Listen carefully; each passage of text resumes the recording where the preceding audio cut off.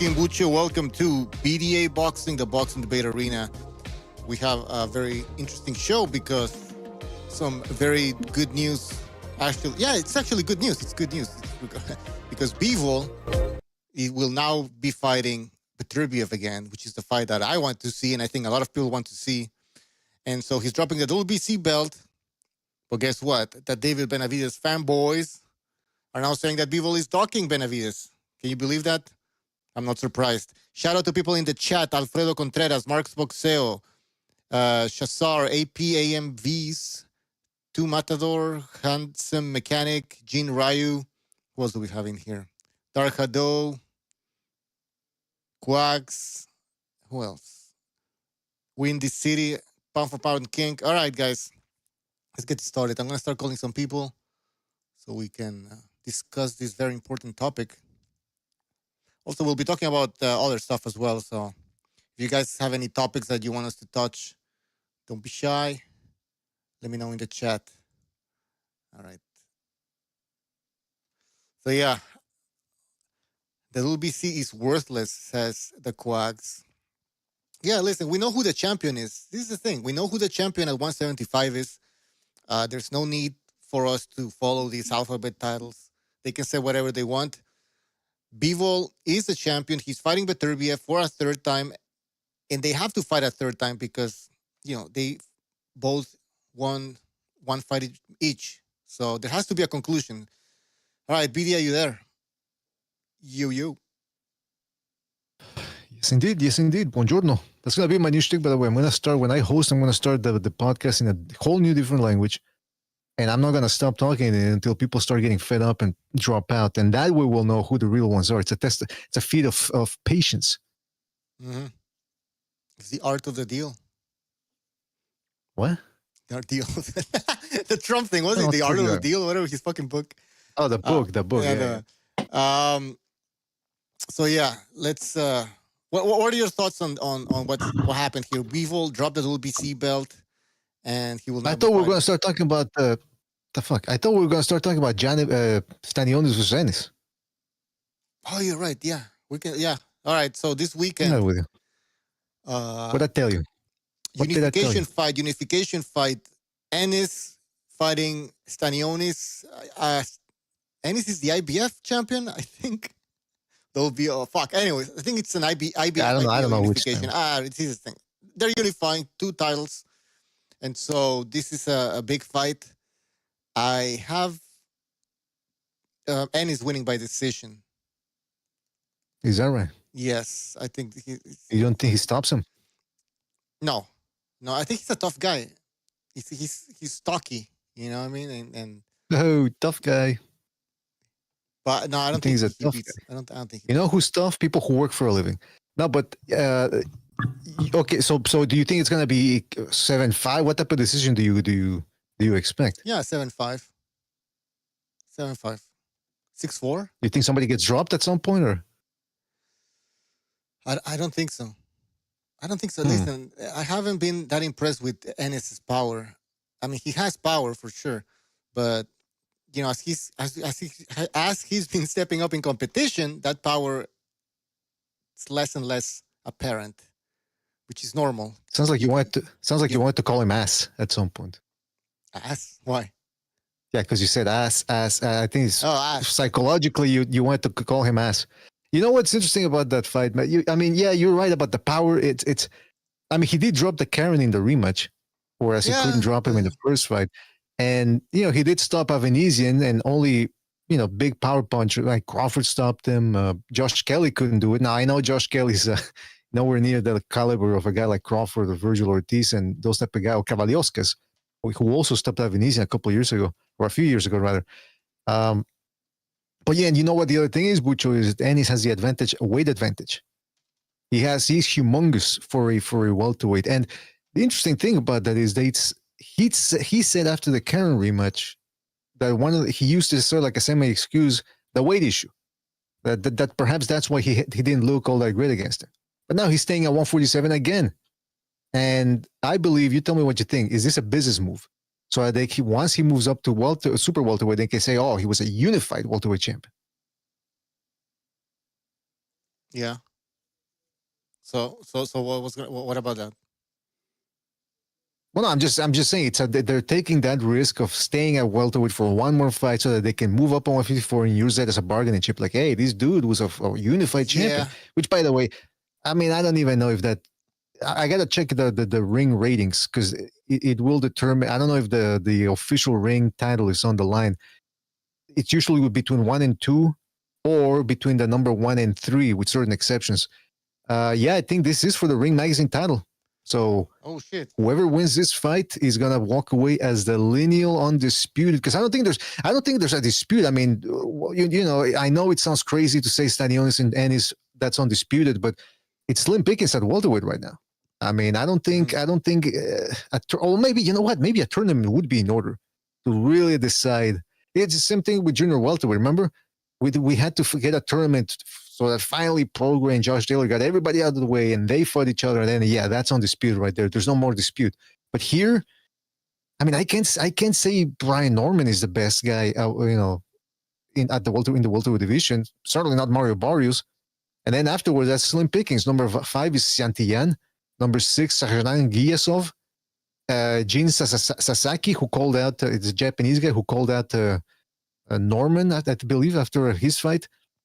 And then you still get Alexis Roca's number 8, Raul Curiel, the Olympian, who went the distance against Rocha too. I think that was a draw, right? Wasn't that on the zone, I think? Yeah, that was a draw, the personal feud that these two guys had, yeah. Oh, yeah. So anyway, you get what I'm saying. It's slim picking. So by all intents and purposes, this is the lineal champ. And you know me, I don't haggle over the titles and all that. But if people don't want to call these guys undisputed, guess what? I won't have a problem with it. But interesting question going into this. Was that? Can I just add what you said? All these names that you mentioned, it's true. These are all top rated welterweights. But we also have to talk about the guys that are moving up from 140 to 147 now. And these are big names. Devin Haney, Teofimo Lopez, who's going to be Rolly Romero. Okay, come on. Ryan Garcia. And this is one of the reasons why Ennis decided to stay at 147, because he sees what's happening in the welterweight division. There's big names coming up. That's big money. Well, again, I think he's staying there for one last weight making process to get that Ring Magazine title, and that's what I wanted to segue into is the weight issue. He said it came out of his own mouth. He said the weight making was probably what cost him against Karen in the rematch. So now he's fighting a guy who strong, might not be as quick and fleet-footed as the Karen, but he's stronger. He has a better jab than the Karen, and appears to be one of the most rugged guys in the division. So it's gonna be interesting. This ain't Roman Villa here. He's not as slow as Villa. Although I will say I think Villa hit harder, punch for punch, or hits harder punch for punch than Stanionis. Although I know it's difficult to gauge because he's never really fought anybody. I mean, his best opponent was Ellis, and that was out. I didn't even think he won that fight. He dropped him late in the fight. But anyway, the point is, it's a very if he's drained, Ennis, that is, it's going to be an interesting factor to look at. Some people could be saying, "Oh, BD, you're already making excuses," but it is what it is. The guy's huge. The guy could easily be fighting 160 pounds. So there is that. Butcher, you said you expect Ennis to win 7-5, thereabouts. I'm really curious to see who establishes that jab first, because I did a video, it's over on Patreon for free, about each guy's jabs. They both have very good jabs. Not saying it's the best jab in boxing, but they throw it pretty often. And, we're talking about Ennis and how he can, the weight making could perhaps affect him. Similar thing could be asked about Stanionis. Stanionis is a guy that only fought once in 2022. April 2022, to be exact. Think about what was going on in April 2022. Errol Spence was still undefeated. Tyson Fury was still undefeated. I think Keith Thurman had fought that year in January. So there were a lot of things different there compared to what now. A lot has changed, and that's how long ago Stanionis had fought as recently as 2024. He didn't fight at all the rest of that year, didn't fight at all 2023, and only recently came back, I think, in September to fight in a PBC card against Maestre, who's a tough guy, former, I think, Venezuelan Olympian, or I forget where he's from, South America. But that was a good comeback fight. He went 12 rounds. So hopefully he's gotten the rust out of his system. But Ennis, in comparison, has been much more active. So could activity also sort of sway the balance for Ennis? I don't know. It's a tough fight to call, and I'm looking forward to it. All right. So what's your prediction? Let's take predictions down. I mean, listen, okay. I asked Thunderdome, I think this was a month ago or something, because I usually like to confer with him, see if I'm on the right track. I think I give the edge to Ennis because of the fact that Stanionis is a pressure fighter. And although he's strong, he doesn't hit as hard as Ennis.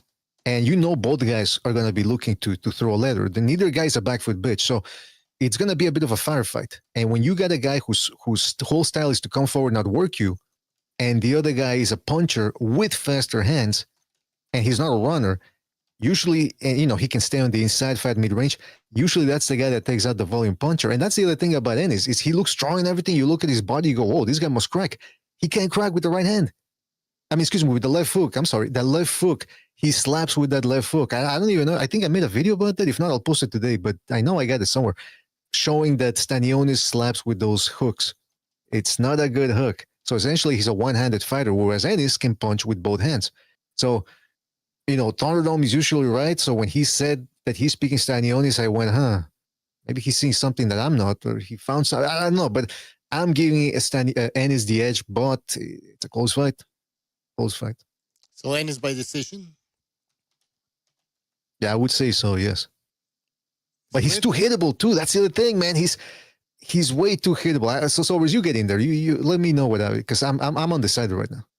No, I agree. I was watching his last fight, and he kind of just comes in on his opponent, and he just keeps his guard up, and he just takes shots. He doesn't really move his head. He fights okay on the inside, but he's going to be slower than Ennis. And Ennis wants someone to come forward, and fight him on the inside and be slower than him and not move. Mm-hmm. So this is really a good it's a good style matchup for Ennis, right? He's faster and he's going to be more explosive, and the Stanionis, what he's really going to have to do if he wants to win, he's going to have to be in better shape, and he's really going to have to grind this dude out, right? And he's going to have to be tougher. That's the only way, like a real workhorse type of performance for him to get out on top. But then even that, I don't know if that's going to work with Ennis, because Ennis hasn't, unless the weight cut is, having a severe, what's the word? Repercussions. Unless it's having a severe effect on him, right? He's shown himself to be able to fight for 12 rounds. I think Karen beat him, but he was fighting for 12 rounds against him. He didn't really slow down the pace or nothing. So you heard that from sources. He said Stanionis gonna get up and grind it out. So that's his prediction. Get on top and grind into Ennis. Pretty bad. I think that's I mean, he said it. But I think that makes sense. And the weight issue is the thing that I'm looking forward to seeing how. First of all, I don't even know if they actually do the weigh-ins anymore, or if they're all what do they call it? Ceremonial weigh-ins. So who knows if what we're actually going to be seeing on the zone on Friday is actually Ennis dried out or not. But it is interesting, man, because it's two guys who are going to be coming forward. That's the other thing. Stanionis recently said, I want to test him. I want to test myself against Ennis. So it already sounds like he's defeated in a way. Like he's already putting Boots Ennis on a pedestal. These fighters, they read the news and all that. They read the media, and I think they get swayed by that. All that hype from Ennis, which I don't understand. I mean, that the hype died out a little bit yet last year, right? Because of all the, I mean, I hate to say it, people, usually the most lowest common denominator people stick to the docking narrative. But this time he was beyond a reasonable doubt that, Ennis turned down a whole bunch of fights. And then, of course, the bad performance against the Karen. So that should have deflated him a little bit. But I don't know. It seems like Stanionis is putting him on a pedestal. And maybe that's good, because that means he won't overlook him. I mean, how can he? Can he even win a decision? I don't know. I don't think so. But also, I mean, he's not a monster. Ennis is not a monster. Sorry. Ennis is not a monster. Just Stanionis just has to look at those Karen fights. Mm-hmm. Ennis looked terrible. He looked so terrible. He had to come up with excuses. What's that? No, sorry, go ahead. Yeah, he had to say that, I didn't, I had trouble making weight, which is probably true. But if he's struggling to make weight, why is he staying at 147? So this guy was making a bunch of excuses because he knew he looked like shit. Was that lineal title, and that's definitely. And that's the other thing is you mentioned he looked like crap against the Karen in the rematch. Well, let's not forget he looked bad in the first fight too. And let's not forget Venetian was landing on him. And people can say, well, everybody gets hit. Yeah, can we all agree that there's degrees of getting hit? That's why some people are called defensive masters because they get hit less than others, right? And that's why some guys get called defensively sound, and then others get called no defense at all type of guys. Just crappy defense. And I'm not saying Ennis is at a crappy defense level, but he's not a defensive master either. He gets his head snapped back and forth, bobbed to the sides constantly. And I think that's because he knows he's bigger. He knows he can take the punches from these dudes, and he doesn't care. And that's a bad sign for a guy who's at his level right now, because it sort of reminds me a little bit of Jared Hurd. The way his head was getting snapped back and forth, and people would say, yeah, but he can take it. He can take it. Yeah, look at him at 30 years old. He was finished by then. So Lipinets gave him a tough fight too for as long as that went. I'm telling you, Ennis has not had easy fights so far. He ends them by knockout for the most part, but he gets hit a lot. He's not perfect. He's not. We're going to see Stanionis. Yeah, go ahead. All right. Go ahead, Sobers. But one thing though, I forget to say, Lipinets stunned Ennis. I believe it was the third round. It was just a millisecond, but it happened. And then there was a Dominican guy too that wobbled him. So again, if Ennis has been having trouble making weight, then forget what I said about Stanionis only being a 100 puncher. He will be a 200 puncher on the basis of Ennis being weakened by that weight making process. That's possible. All right, let's get also Chief in here. Chief, you can jump in if you want, if you're ready. Yeah, I'm ready. Look, I was one of the biggest. Can y'all hear me? Yeah, go ahead. I was one of the biggest Ennis touters when we first burst onto the scene a couple years ago as a contender past the prospect stage. But the stagnation combined with the flaws, I think he gets hit clean because BDA, you were saying he's not a defensive master. He's way more aggressive than all the people we labeled defensive masters back in the day. But when you start to face people closer to your own size, which he clearly has not been, and you get hit this much, it's questions get answered, and not always in a good way. Now, it hasn't happened yet, and it may not. He may really have a really solid chin. He may be like Hamid and just have balance issues where you hit him, it looks like he's hurt worse than he really is, but he gets up and usually wins. But remember, Hamid did it against lesser opposition. When he got hurt against Barrera, he had these inner questions about whether he wanted to try and push the issue any further on him. And as it turns out, he didn't, and he lost. Now, that doesn't mean it's going to happen with Ennis, but these things could happen when people get their bell rung and all of a sudden, well, look what happened to Camacho. He thought he was a major player, and he was. But the second he fought someone on his level against Rosario, he was never the same fighter again. And Ennis is, I've been fighting these smaller guys. I'm too big for these guys. Stanionis is his size. This is a mano-a-mano fight as far as size is concerned. Maybe not skill, maybe not some of the intangibles, but he's fighting a fellow welterweight, and a real fellow welterweight, and a possible peaked and prime fellow welterweight. So if he gets hit clean and he takes it, then we know he's possibly just too aggressive. But if he gets his bell rung, this could change him like it's changed many other fighters for the rest of his career. That's a good point. Again, I go back to the weight issue.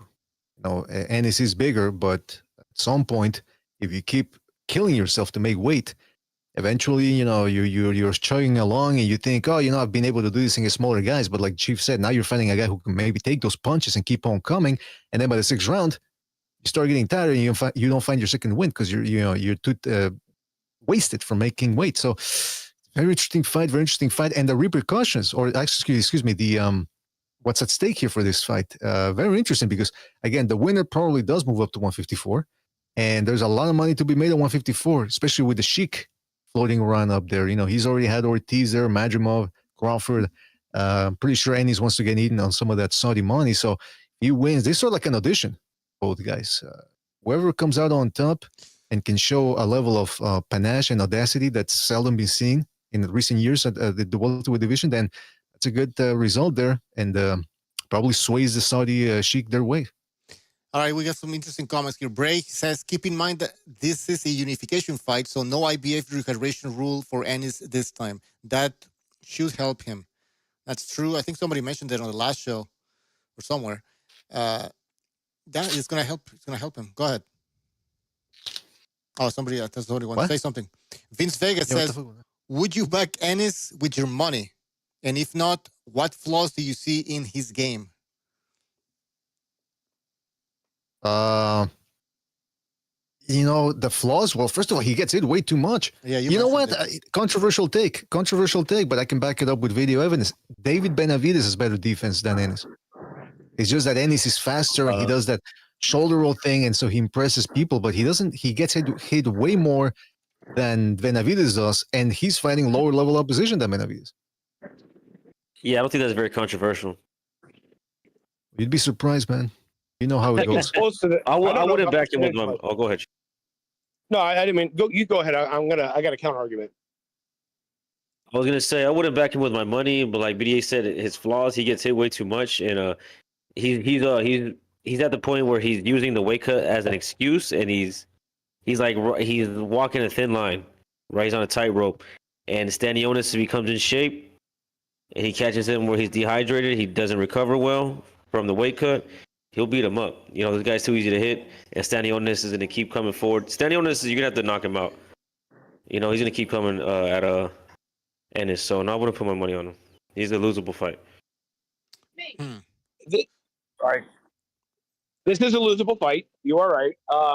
And all the things we point out as flaws that I've agreed with on the show this time are accurate. My counterpoint is when we're comparing Benavidez, one, we don't have the exact number stats in front of us to be able to verify that and quantify it. But it appears as if he gets hit with cleaner shots, maybe not as often, but he does look like he gets hit with cleaner shots, especially lately. And I don't know if that's due to inactivity or if he's just really got flaws. The other side of that is that David's pretty much about the same size weight bully pound for pound at super middleweight. I know he's not light heavyweight now, but at super middleweight as Ennis is to welterweight, and probably David's probably a little bit more of one if what I heard was correct about him walking around at 215 and cutting down to 175. I guarantee you Ennis is not cutting 175 or 100 68 pounds down to 147. So he might be cutting from 160 plus down, but he's not coming down from all the way almost 175 pounds. He's not coming down from light heavyweight. So at least not that I've heard. I can't prove that. All that being said, the one that looks like the more aesthetically pleasing athlete fighter between those two is definitely Ennis. It does not mean he's more accomplished. It does not mean he's tougher. It does not mean he's a better fighter. It just means that when he really gets going, and like BDA has stressed, and he's correct, lesser opposition, it looks like he can do more with less. I'll put it that way. And this is going to be a test that's going to answer a lot of questions. Lastly, I think, and this is right, 26, 27? So he's at his peak now. He's not going to get better than what he is right now. Whether it's at welterweight or junior middleweight, this is his peak. He might have another year and a half of quote unquote being as this good, but improvements, I think they're done. What we have is what we have. And like I said, this fight's going to show exactly how he's going to be against fighters his own size or bigger. And if some of the stuff that we saw a couple of years ago was just him being more of a prospect, but being ranked as a contender against no hopers. And like you said, he's fighting something bigger guys. Guys his size. If he moves up to 154, it's gonna get even worse. So, but then again, if you believe that he's struggling to make weight, if you believe he's struggling to make weight, then maybe he's gonna be better at 154.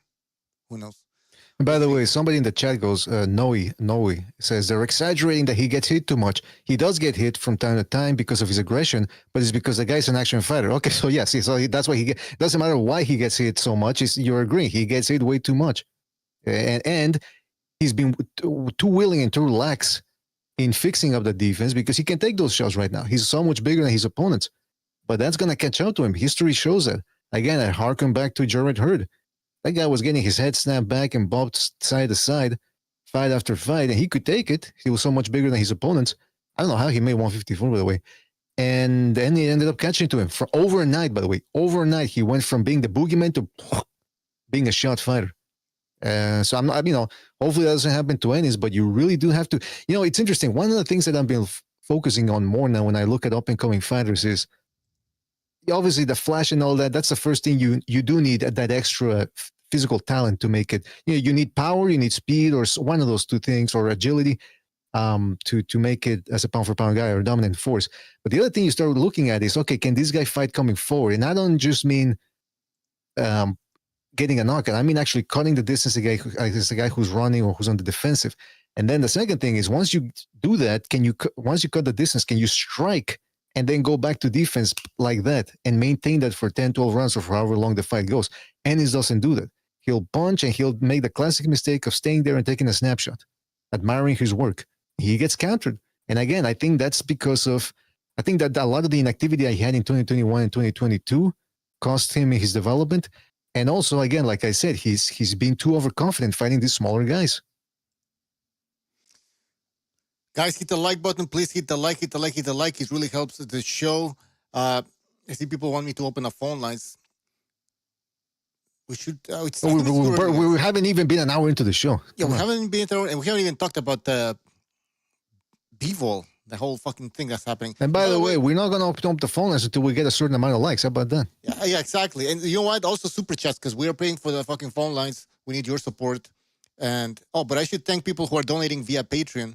You guys. Absolutely. And who's donating? Oh yeah, the BDA membership program. People who are part of the membership program really appreciate it.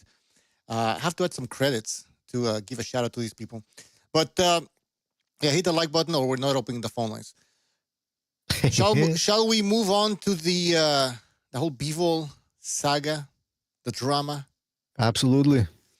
Well, let me switch my pick for the fight, right? Because I remember there's this interview I saw the other day where it was for Fight Hype. Stanionis was saying that on there, it's up to all the Mexican fighters. His favorite fighter was Julio Cesar Chavez growing up, and he likes to bring that energy to the ring every time he fights. So, in spirit of him saying that, now I'm switching my prediction to him winning by decision. He's gonna bring that Mexican pressure, and he's gonna push Ennis out the ring. Interesting. He gonna beat that ass. Yeah, so we'll see, man. I mean, he was, Ennis. He says that, people switched on me. Now they hate me. It's like, well, I don't think anybody hates him, man. People throw the word hate around way too much. But like I said, him avoiding certain fights last year and then looking bad against the Karen, that really deflated. Yeah, I mean, when people say, oh, this guy's overhyped, that guy's overhyped, I always ask, overhyped by whom? Because if it's only by a select small minority, then you can't really call that guy overhyped. It's when the whole machine, the media machine, and a lot of fans say that this guy's the next this, the next that, then yeah, that's being overhyped. And I think that's what happened with Ennis. They were calling him the next pound-for-pound king over a Ring magazine. And then he looks like crap against the Karen. And it's not only the first time. Like I said, his defensive liabilities are all over the place. And he might make it past Stanionis, but that still doesn't make him a pound-for-pound king. He's got a long ways to prove that. Virgil Ortiz is already ahead of the game by virtue of the Madrimov fight, which is a better win than Stanionis will be. That's just a fact. What the hell has Stanionis? Yeah, even if he's unified. Go ahead. I was just going to say, isn't the whole point of when you rematch your opponent who gave you a close fight who wasn't supposed to, like a heavy B side, C side, aren't you supposed to knock him out in the rematch? Isn't that the point of the rematch? You're supposed to make supposed to put a stamp on how you guys were never supposed to be in the ring together? Yep. You're supposed to improve. Why did Cameron look like he's the one who improved between fights? He even came forward. When when the lesser fighter is overperforms, as that was supposed to be with Karen, and not just the A side in promotion, but the one that's supposed to be the heir apparent, gets a chance to study and fix his mistakes and does not. That's not a good look. Yeah, I mean, that's an interesting point. I mean, Ennis, he said, well, the Karen ran the first time. That's why I looked bad. But then the second time, the Karen comes forward, and then he's like, well, I think it's the weight making. That's the other thing. Ennis, his trainer, who was wearing a swimming cap for the Karen rematch, I was rewatching some of those in between moments in the corner during the breaks. Man, they weren't telling Ennis anything. It's like they were actually chastising him in there, but without giving him any actual advice. And then there were even other times where they would just, Ennis would go back to his corner, and his uncle, whoever trains him, would go into the ring and just not say anything. It's like trying to convey a message via silence, a tacit message of what are you doing. But you're not going to you're not offering any advice. He's not going to improve by you, staring at him like you caught him with the hand in the cookie jar. So I remember after that fight, a lot of people were complaining about that too, and I think that needs to be reiterated here. That his trainers, I don't know, maybe he might need to switch it up a little bit. All right, shall we move on to Bivol? Sure, that's a yes. So, yeah, we got Stanionis for the win, Mexican style. Now, there you go. Yeah, so I'm who's the A-side promotion of this one? That's a good question. I would say not fighter wise, but what company is the main promoter for this?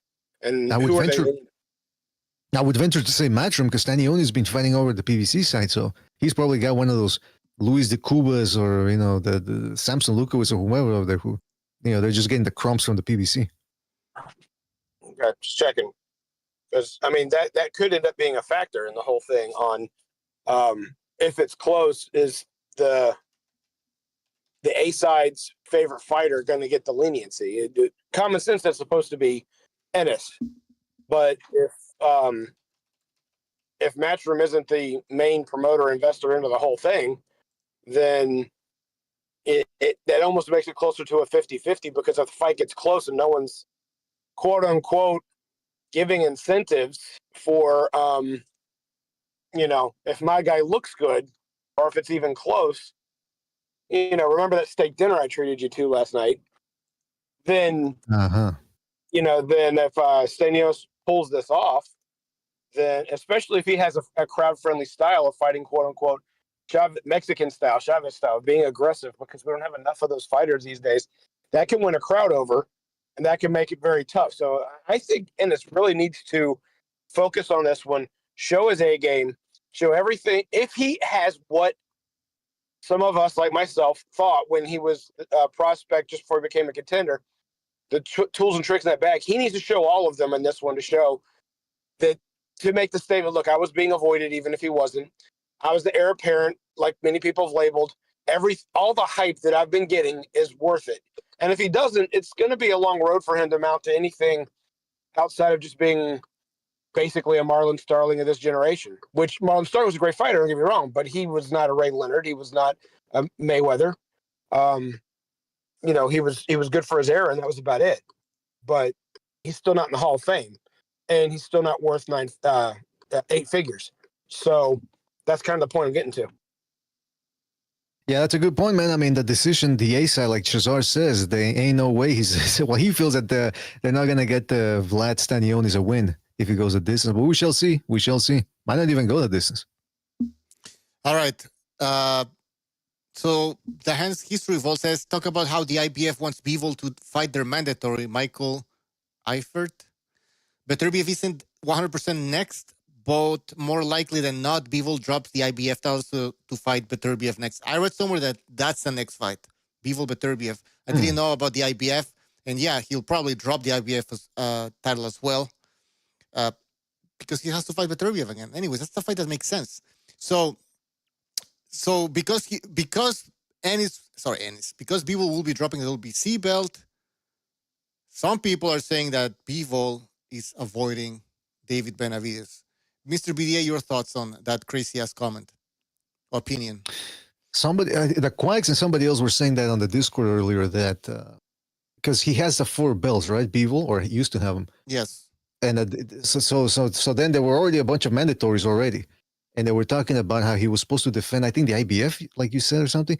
Mm-hmm. I'm thinking, listen, I've been out of the loop so long with this. alphabet organizations. I don't even know how it works anymore. When you got 4 belts, it used to be 3 belts, now it's 4 belts. So I don't know how that works. I don't know how they decide. I know the IBF is usually the ones that strip a guy real quick, right? From the they divest them from the IBF real quick, and it's not in the interest for a lot of these sanction organizations to have a guy holding 4 belts, because nowadays you will never find, or you rarely find, a guy, top level fighter, competing 4 times a year.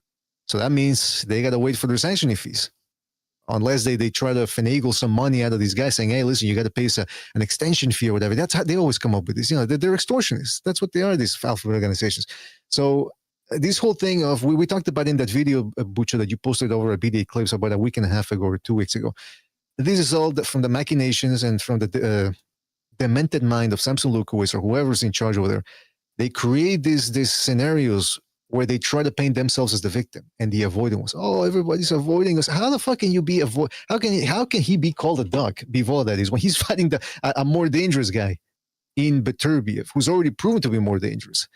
And, the interesting thing is, what's his name? Samson Lukowicz already spilled the beans, because the Sheik offered Benavidez, look, listen, give you a Callum Smith fight, and then you get the winner of the trilogy between Beterbiev and Bivol.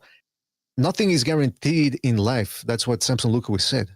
But like we said in the video, a heck of a lot more of a guarantee that you go by the Sheik's plan and you get that fight. Because, first of all, Benavidez claims, well, I want the winner of that fight. I want Bivol. Well, why aren't you staying in line to get that fight? Why are you...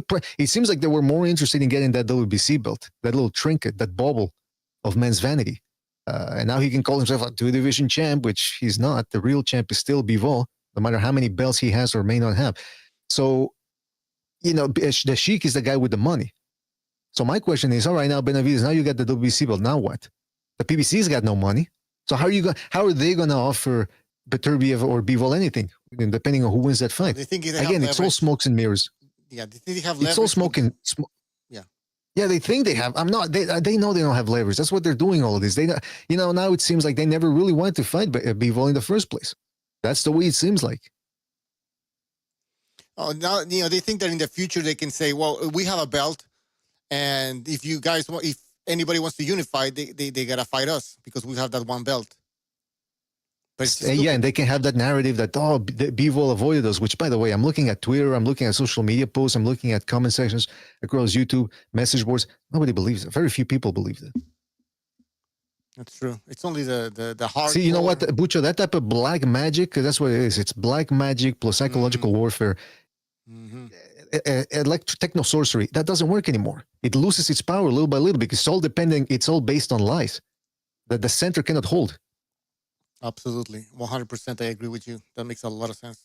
The Jay says that WBC is worse, at least by optics, because Suleiman has to have his grubby paws in everyone's business. Oily paws. He's got a lot of oil. Listen, I'm Mexican. I can say he probably eats a lot of fucking oily food. Tacos and enchiladas, stuff like that. And he's the type of guy, he's so greedy to get his hands on the next big thing. He doesn't even wipe his hands.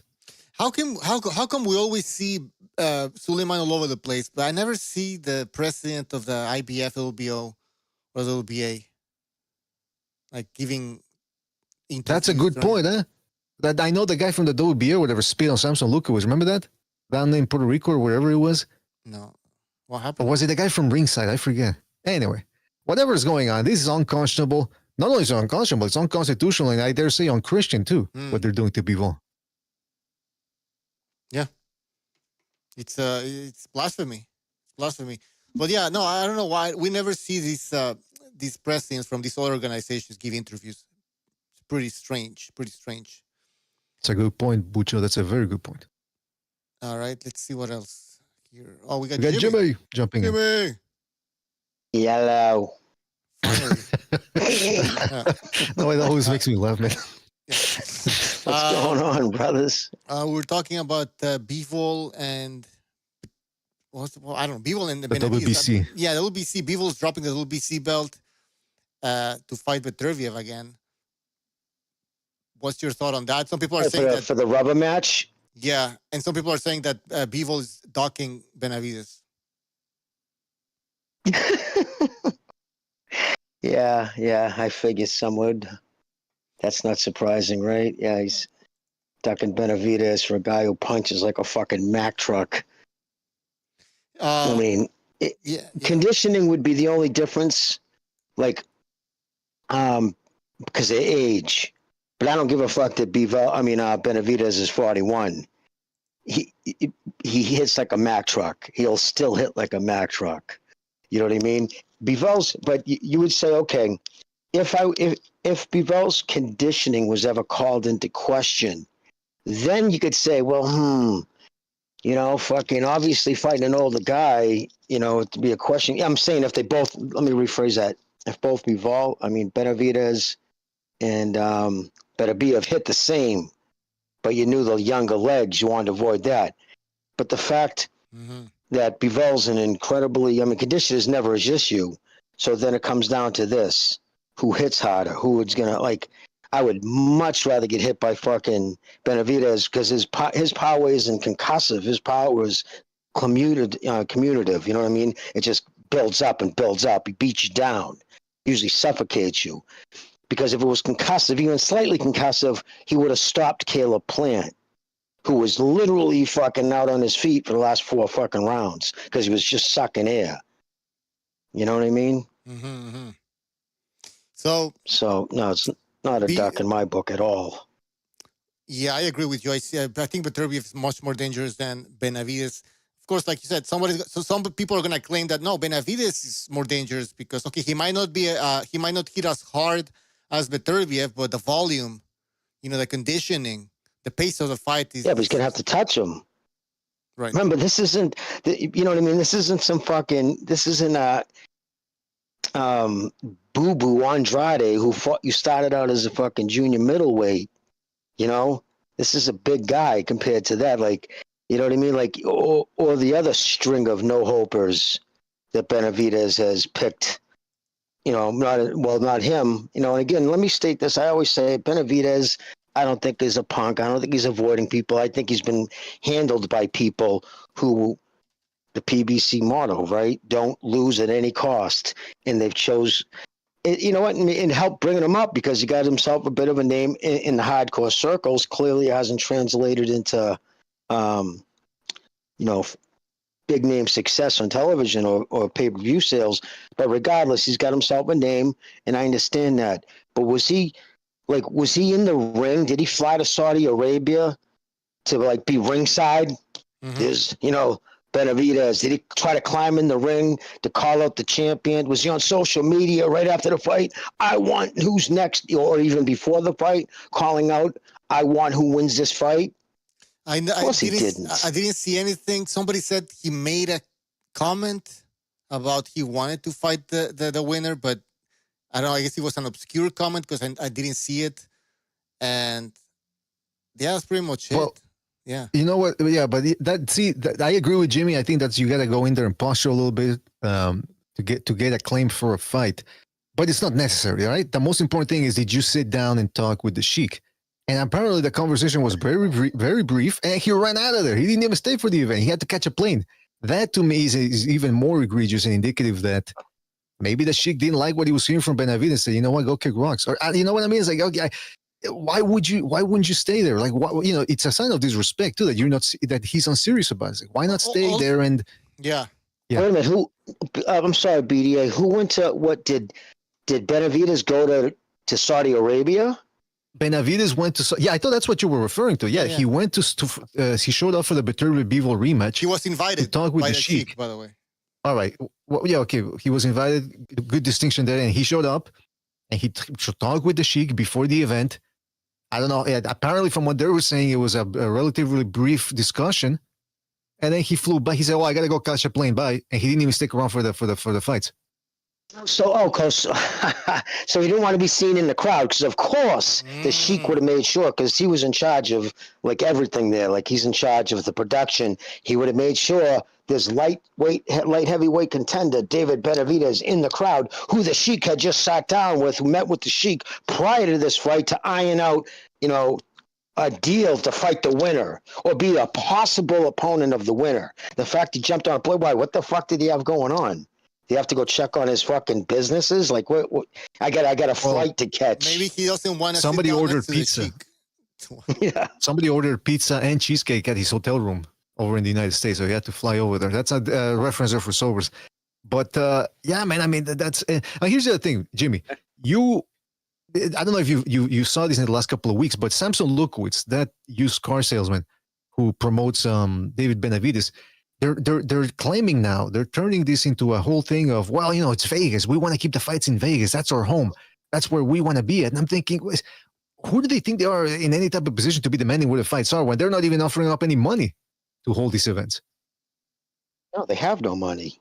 There's no money behind him at all. There's no money at the PBC. They have to put it on pay-per-view, which clearly it would be because, you know, it's a unified, you know, Bivol's the unified champion. I understand that. But they're not going to touch the money that the Sheik would pay him. He would get paid so much more handsomely if he would go to over to Saudi Arabia and fight. You know what I mean? But Lukowitz has an exorbitant amount of say in his career. We've seen that over and over again. And come on, you want to build up his name. Listen, I can understand trying to build up his name, right? But how much more is it going to be built up? He's fought his last 4 or 5 big pay-per-view. His last 3 fights have been on pay-per-view. His sales haven't climbed, but you know what would make his sales climb? If he went over to Saudi Arabia, fought Bivol, won, and became the unified light heavyweight champion. Then people would start lining up and buying pay-per-views. So it wouldn't matter where he fought because he would have a fan following, right? So, you know what I mean? Like, you make shit happen. You don't try to fucking create shit through, like, this talking on Twitter isn't going to create shit. You go make it happen. Go fight the fight in Saudi Arabia. What do you think? Bivol's got a bunch of fucking countrymen with all the people from fucking Russia moved to Saudi Arabia? It's not his backyard either. It's neutral ground. And you're not in any position because you're the fucking challenger. You don't hold any of the belts. Well, now he will. He's Jimmy. the unified champion. Now he will. Right? Because he's going to give it up. Yeah, he's gonna get that WBC belt. I wouldn't even. I wouldn't even want it. Like, I'd be so embarrassed to receive a belt that way. Well, that's the other thing, man. Look, we got lucky. We got lucky a little bit because when the whole TKO league started happening, gaining traction, people were starting to be afraid of, that sanctioning boys are going to disappear, and that caused a whole wave of support for our cause, which is to get rid of all these sanctioning organizations. And then it sort of started dying down a little bit, but now it's back with this whole WBC hijinks going on. People are back on that train and saying, man, we really need to do something about these organizations. They're essentially just conning guys out of money. And I understand Steve Kim's argument, and it's true. It's like these fighters do need, there's certain fighters like Pacheco recently didn't want to give up the belt or whatever. He has to fight a mandatory and refused to fight in Billy. Apparently, that's what I heard. As opposed to getting stripped. So he decided, listen, I'm not gonna fight in Billy because otherwise I get stripped on my belt. He needs that belt. He needs to have, he's not a big name. So on the marquee, it says whatever champion he is, whatever. And some people, that's the difference between getting, let's say, maybe 5,000 people in the venue. Maybe they get 8,000 because just the champion and the marquee. So I understand there's fighters that need that. But for the most part, these sanctioning boys create a whole bunch of promos for these guys. And it's, I've said it before. I like Benavidez. Terrific fighter, must-see TV. But that Samson Lukowitz guy with his oily hair and open shirt and disgusting hair sticking out of his chest, he's really steering this career onto the rocks. I remember somebody saying that he's the type of dude, if you saw him in a nightclub, you'd be nervous about your girl leaving her, be nervous about your girl leaving her drink uncovered. Jimmy, I don't know if dropping fucking pills and drinks. Yeah, I wouldn't leave my drink next to. But Jimmy, I don't know if you heard, if you watched that Fight Hub interview. Lukowitz started saying that he didn't like the fights in Saudi Arabia because of the crowd. The crowd doesn't yell and scream like in the United States, and so basically that's a factor. He's like, no, that's why we need the fight in Las Vegas. The crowd is different. Like, seriously, you're talking about the crowd? Isn't the money? Yeah. And I'm surprised they didn't go to, and they got much better valet parking. Yeah, much better valet parking. Plus, they got a fucking great fucking wings bar downstairs. Oh yeah, and Like, the shut the bathroom is fuck clean. The up. bathroom is yeah. I mean, who gives a shit? This guy's he's shady as fuck. I wouldn't trust a guy. Those are excuses. Those are excuses for Benavidez friends. Listen, okay, so because he's the number one, so the WBC tries to make. Let me get this straight. The WBC ranked Benavidez number one, so they're trying to make the fight. Right. So they're saying he's your next opponent. It's always WCs want to push it. Okay, fine, but Bivol saying no. I'm going to do the rubber match because I'm going to give. To show the respect, I think he's showing respect to Benavidez. It's like, you won fucking the first one, I won the second one. I'm going to give you the, because a lot of people would have like, right? I think it would have been worse if Benavidez would have said, no, I want the rematch, I want the rubber match, right? And Bivol said, nah, man, I got to fight a fucking mandatory. I think he's showing more, deference to fucking Benavidez than he is to the belt, because remember, he's got 4 belts. Fuck you. Well, you want to take the belt? Take this fucking belt. Here you go. Does it come in a fucking UPS box? That's what I want to know. Like, is he at home? Does he have people come over? And when they open it up, do they like take pictures as they're opening up the box? And does he put it around his waist in his living room? Yeah. No, and you know what I mean? Give me somebody else. Well, he's being loyal to the turkey's money, more than anything. I mean, yeah, possibly. I mean, the money talks, but. No, Turkey said something like that in the ring, didn't he? He said, Bivol, if he wants to fight Benavidez, he should know better and know who's been looking out for him or getting him results or whatever. Yeah, because so he kind of tightened the leash on him publicly. Well, he did because Bivol was apparently in talks with Bivol was in talks with Benavidez's camp, but I think that was just to like leveraging his thing, like himself, like so that the Sheik would actually offer Bivol more money. So Bivol was pretending to be interested in the Benavidez fight, but I don't think he was ever interested in that fight. And somebody, yeah, go ahead. I was going to say real quick, he's going to get paid even more money now. Remember, they both go into that first fight probably about 50-50, I would assume. Maybe Benavidez, because I think he had more belts, probably got paid a little bit more. Then he won. So he definitely got paid more going into that second fight. Now this is Bivol's turn going into the third fight to get the fucking lion's share. So, yeah, he probably used it for leverage the way I think I definitely used Jake Paul, like, to get more money. You know what I mean? Jimmy, Mirage is saying that Bivol got $2.7 million. BBC offered him $8 million. Who did? The BBC offered Bivol $8 million, supposedly. Guaranteed? Did Lukowicz say that? Probably, man. Who said that, Mirage? Was it in a tweet? I was going to say this, though. The one thing Benavidez did good, though, about being at 175, if he had stayed at 168, he could have forced Canelo to do the same thing. Fight or vacate, and he would have been the champion at 168. Right. He didn't want to push it. He didn't want to do that. Yeah. He didn't want to do that. And just to clear up any other bullshit, because, a lot of people are on here saying, he's been ducking it for 3 years, mandatory for 3 years, whoop-de-whoop. This video I shared right here for you guys, it's from Mauricio Suleiman saying that, we talked about it before when it happened, the mandatory status didn't activate till March of 2024. And like 2 weeks before then, or a month before then, he was already trying to set up that fight with Gosvick, and he was asking for an extension. And that's when he ended up moving up to 175, right? So if he just stayed at 168, he could have got it. Even if he didn't get that Canelo fight, he still would have got the belt. And now he would have made Canelo look even worse. Then Bivol's kind of looking bad right now on the way too, right? I blame Samson Lukowicz for all of this. I refuse to believe that Benavidez is involved in this type of shadow play, this type of hijinks. Benavidez isn't afraid to fight anybody.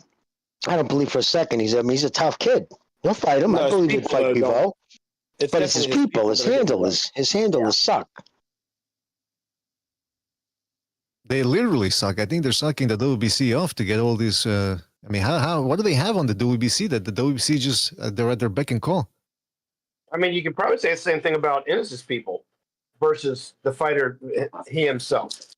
When it comes time to who they want to fight and how they're going to get there, you got to remember some of these guys don't make any of their own calls. We're used to fighters making almost all of their calls because of Roy Jones and Floyd Mayweather being their own managers and promoters, that they got to make their own calls, and a lot of them were definitely shady and not the bravest. But Ennis and Benavidez are not those guys. They answer to people, or they don't answer to people, but people work for them. They're the fighters. Those people call the shots and make the deals. They may say what they want behind closed doors, but they're not the ones getting the deals done. So at the end of the day, whatever happens, they do need to take responsibility for their own career and say, hey, look, you work for me, go get me this. But they don't really call those shots because that's what they pay people to do that for them. And the people that are making those decisions and deals for them behind closed doors, as we're saying as a whole for the most part on this panel, and I agree, they're not necessarily looking out for the best interest of their fighter when it comes time for either greatness and or paychecks. Because they've both. Okay. Hello? Yeah, I think we Yeah, he lost. cut off for me. It's not me. Okay. By the way, Mauricio Suleiman, president of the WBC, spoke in an interview with the Boxing Voice and confessed that Bivol already had a multi-million-dollar offer on the table. And then it says, apparently this is quoting, Mauricio Suleiman said, Bivol earned $2.7 million in the rematch against Beterbiev, and now he's being offered $8 million to fight Benavidez. So it's also a great opportunity for Bivol. But where did he get this information? Why would Suleiman know he's getting $8 million? Then it says Samson Lukowitz, promoter David Benavidez, spoke out, and I think it's coming from this guy, Lukowitz, the same guy who said that they offered Canelo $50 million or some bullshit number. Which he had a backpedal and said that was coming from me, not the PBC. Well, how much is it? What's Benavidez's highest purse? You can look it up. I'm sure it'll show. Look it up. Yeah, I think he's gotten more than 1 million, 1.5 million, I think. So they offer Bivol $8 million. How much is Benavidez would be making in that fight then? Exactly. Yeah. I was like, who believes this stuff? And by the way, unfortunately, I don't expect Benavidez to. I mean, don't be surprised if Benavidez doesn't fight the rest of the year. That's what happened to him last year. Oh, yeah. I mean, the PBC had 5 events last year. How many did they have? 4 or 5, right? And right now, I think they've only done slightly better if you count the Team Zoo fight, if you want to count that as a PBC event. But really, I don't on the think ropes that was. Now. Was it a PBC event? Let's be generous and say that it was. Okay, I mean, let's count it. They've had 2 pay-per-views, right? As far as I remember, Benavidez Morel, Tank versus Roach. What else? What else did they have so far? That's it. No, what other PBC? Oh, Keith Thurman, I think that was, again, that was, like Jimmy said, with the whole Team Zoo thing, the PBC wasn't anywhere near it. I think it was the same thing for Keith Thurman. I didn't see a PBC thing on that one either. So how many fights have they had so far? How many events has the PBC had this year? I thought it was just Tank and Roach. So 2 pay-per-views and the Fundora, right? Fundora, I think that was PBC. Fundora against the nobody that he fought. That wasn't a pay-per-view though, was it? No. But so that's what I'm saying. That's their. Yeah. So they've had 3 cards this year. We're in the month of April, so it's 2 pay-per. So it's almost like 3 cards per month, 1 card per month. 2 of those were pay-per-view, and they have $8 million to just be throwing around and outbid the Sheik. By the way, yeah. Come on, does that sound on the level to you?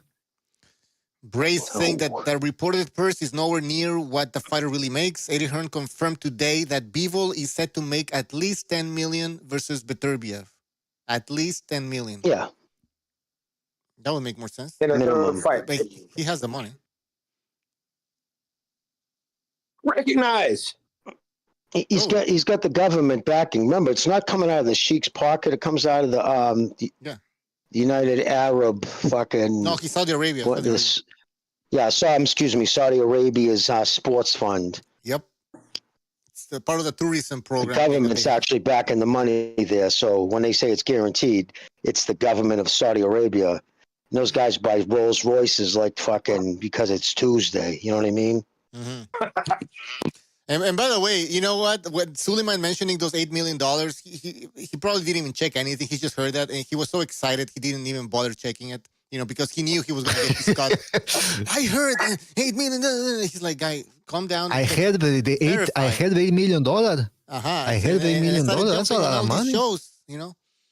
talking about it. Remember, the WBC is a non-profit organization.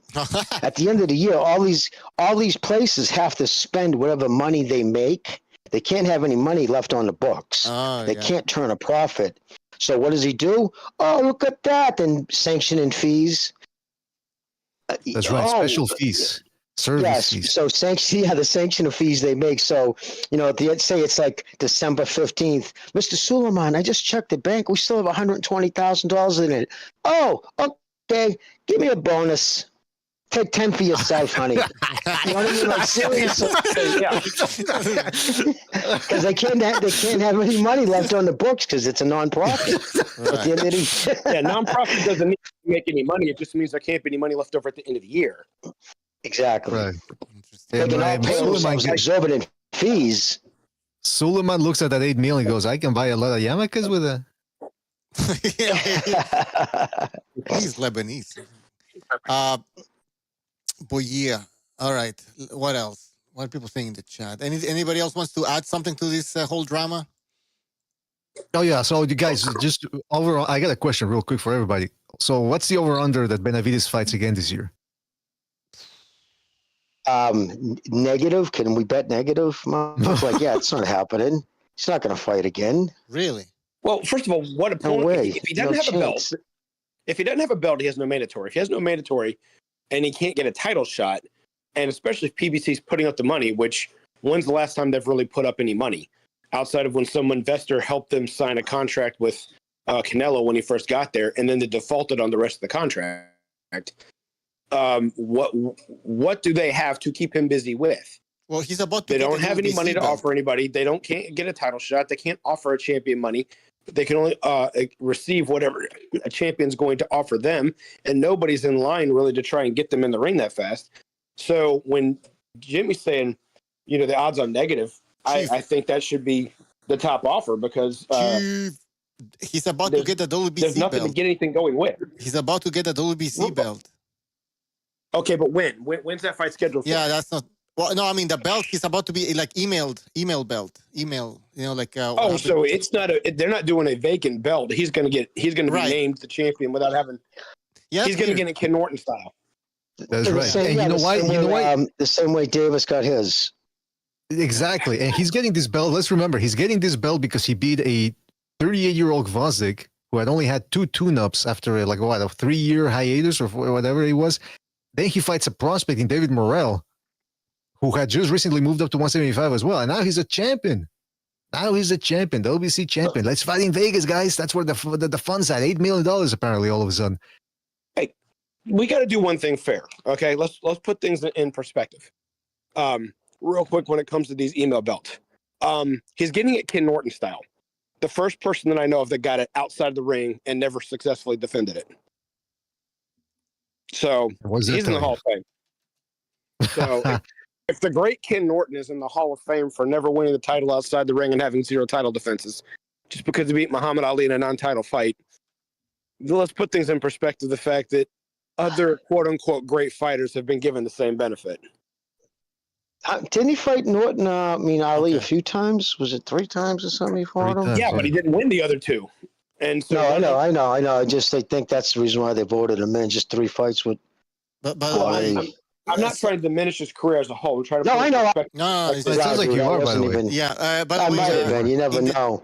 In the chat, dementia kicking in. I'm talking about Chief, though. Sounds like he's trying to downgrade Ken Norton a little bit. Like something's personal there. I don't know. Just a little bit. Guys, in the chat, Broughton Boxing, he says Benavidez made $8 million. Benavidez made $8 million reportedly for his fight against Gvozdyk, but I'm checking, and apparently it was a guarantee 1.5 million purse for both boxers, 1.5 million guaranteed. But I don't know how that can go up to 8 million. I don't. Yeah, how does that go up? That was on the undercard. Yeah, but that was on the undercard. That would be crazy. 8 million.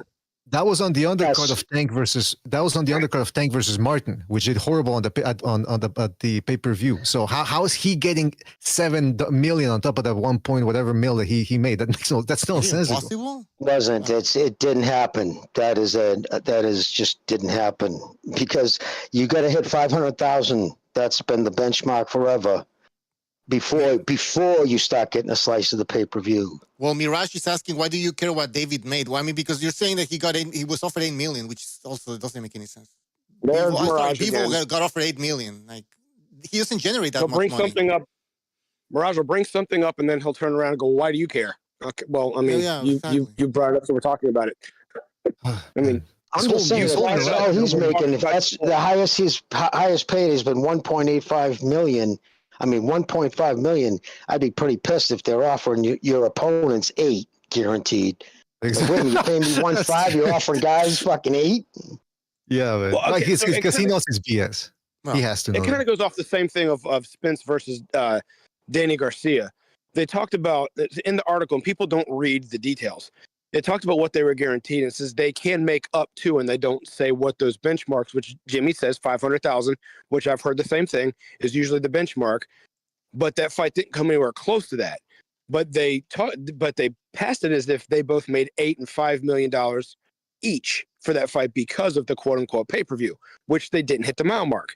So when you do the math of how much the fight brought in before they even paid the cable company for the pay-per-view, and then you factor in what the gate revenue is, which is not all profit because you have to pay to rent the place before you even have the fight, and so you have to recoup that money through ticket sales, which nobody that I've talked to even factors in the fact that they think that the gate is all revenue. It's not. It's all profit. I mean, it's not. It is revenue generated, but you still have to recoup the money for renting the place, and nobody knows what that is.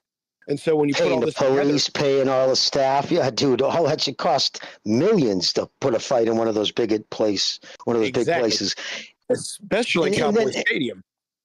Oh yeah, no. Listen, there's a reason why Crawford and Spence both got, I think, was it $8 to $10 million each for their fight, guaranteed money, because they knew they weren't going to see. They both knew they weren't going to pull in any back end money. Like the last PBC fighter to see any backdoor money was Davis, out of his 7 pay-per-views now. The only time that kid's ever seen anything other than his guaranteed money is when he's fought Garcia. That's the only time he's ever hit over. It come close to 500,000. Never mind hit it. See, that's interesting right there. So they play around with the numbers nowadays. Let me ace in the chat says Chief ain't wrong. Norton shouldn't be. He shouldn't be, he says, in the Hall of Fame. See what you started, Chief? You happy now? He starts a fucking firestorm. He starts a conflagration there in the chat, and then he walks away laughing. But that's the other thing. Benavidez said, wasn't Benavidez looking at the cruiserweight last year? Or what was it? Was it after the Morel fight when he was saying, well, maybe we'll go to cruiserweight or something? Yeah, to fight the... Or they were throwing around the... Zurdo. Well, I mean, Canelo said the same thing, so take it as it's worth. Yeah, that's true. These guys say that, but that's the lesson of that should be applied every day. It's like, don't, when Samson Lukowicz says I'm offering this guy 50 million, that's what he's saying. Doesn't mean that that's what he's going to do. At the same time, Heyman was ironing out that deal with Canelo, and Canelo almost walked away from him because he was pissed off that Lukowicz was putting it out there. So I went on that guy's show and said the same. Listen, that came from me, not from Al Heyman, not from the PBC. So you got $50 million to write Canelo a check? Come on. Stop it. You wouldn't be wearing those fucking polyester suits. Fuck out of here. They don't even have a network. I mean, they're on Amazon, but they're not paying them anything. So. No, Amazon is not putting up a dime. They're not giving them any money. No, their deal is we'll show you fights. You know what I mean? We'll throw you a few shekels because we're going to put on a few events. But they're not paying fighter salaries. Not a snowball's chance in hell is fucking Jeff Bezos going out of pocket to fight. You know what I mean? He's losing hundreds of millions on that fucking Lord of the Rings garbage. Yeah. Hang on a second. Yeah, no, I don't even know what's going to happen now. And some people were talking about Top Rank joining forces with the PBC. But again, I don't understand. What does the PBC offer? Yeah, what does Top Rank gain from going into business with fucking PBC? Tank Davis? Remember Tank? But I don't know. Spence? Spence Jr. The PBC has Spence, who hasn't fought in 2 years now. I think. Trying to think, they don't have anything. Well, I mean, look at what just recently happened with what's his name, Fulton and Figueroa. Okay, they fought what, almost 3 years ago, and this was they finally had the rematch when they're finally in the same division, and this is the first fight, or maybe the second fight that Fulton's had since he lost to Inoue almost 2 years ago, and he was one of their rising stars. And look, I know we've been talking about it's been a sinking ship for a long time, and the PBC lovers are finding ways to try and make it sound like we're just haters and everything else. But seriously, Bob Arum at the area that PBC fans claim that they still are at, he was throwing on several shows a year outside of De La Hoya and Manny Pacquiao. They were just his premier stars. PBC's got a total, they've got like still 20 fighters. Well, one, they've sold off a lot of inventory, like I said. Barrios was on the undercard to the Tyson Jake Paul thing. Okay, last time I checked, he's a PBC fighter. There's no PBC banners anywhere around there. So they either let him go or they let him explore other avenues. And all they've really got anymore is Tank, Benavidez, and I've fallen asleep on the rest of their fighters because they're not entertaining, so I don't even know. So the fact that they have anything relevant to offer the sport, unless someone else is coming in with money, like the Sheik, let's face it, we're right. We've been saying this for years. We are correct. The only money they've had that people invested into was when they got Canelo and they defaulted on the contract. They may still be around. That does not mean they're relevant. Don King's still around every once in a while. He is not relevant. Yeah. I mean, that's going to be the PBC pretty soon. And that's people, Chief said, oh, people will call us haters for this or that. At this point, you can say we like the PBC, you can say we dislike it, you can say we love it, you can say we hate it. What does that doesn't change the fact that the PBC is nowhere near where it was 2 years ago. They got no network. Amazon isn't giving them any money, or if they are, it's not anything substantial. They're losing stars. They got a smaller and smaller squadron of fighters every year. I mean, whether you like them or not, it doesn't change the fact that they're nowhere near where they were 2 years ago. I remember so when we criticized the PBC. When we criticized the PBC, some people used to tell us that, oh, we're focusing too much on the PBC. There's other promotional companies that are not perfect either, and you should also criticize them, which we have. But we always said that the PBC is doing things even worse than these other promotional companies. And now you're starting to see that we were right. Because, again, they don't have a network. Yes, the fighters are on Amazon, but like Jimmy just explained, Amazon is not fucking spending a dime. They're not giving any money to the PBC. And so they don't really have a network. They're the worst. They're the worst promotional company right now because they don't even have a fucking network. So, and the fighters, I mean, they're not even fighting. They can't even show, like, they give us a card every 3 months or something like that. They're all pay-per-views, except for that Fundora fight that we had. But all these other events on Amazon have been pay-per-views when they should not have been pay-per-views. So, yes, we were criticizing the PBC for the right reasons. You don't like it? Well, that's your problem. Well, look at it like this. There's a difference between having a platform and having a network. You can have a platform to air your shows off of, but if the network isn't subsidizing or aiding in any kind of way of investing into making things happen, then you just have a place to air your stuff. That's a platform. A network is when HBO used to help subsidize De La Hoya fights because they knew that they were going to make their money on the other side because he was going to sell well over 500,000 pay-per-views and later in his career into the millions every time out. Same with Floyd until he got to Showtime. He only broke $1 million on 2 occasions. He broke it in big time with Canelo and Manny. I don't count the Irish kid. I don't count that one at all, even though because that was paid. That was a paid exhibition. Right. But anyway, back to the point that he only broke it 3 times technically on that contract, but on HBO he broke it every time. So HBO is going to invest and offer money and put a subsidy out there.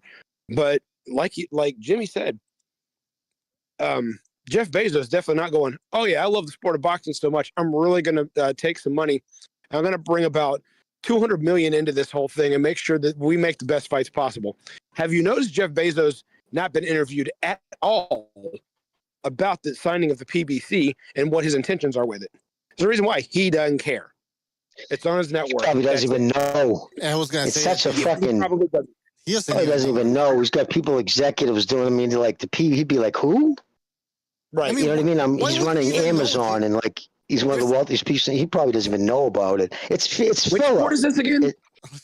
Yeah, exactly. It's just filler for the network. I mean, has it made them any money yet?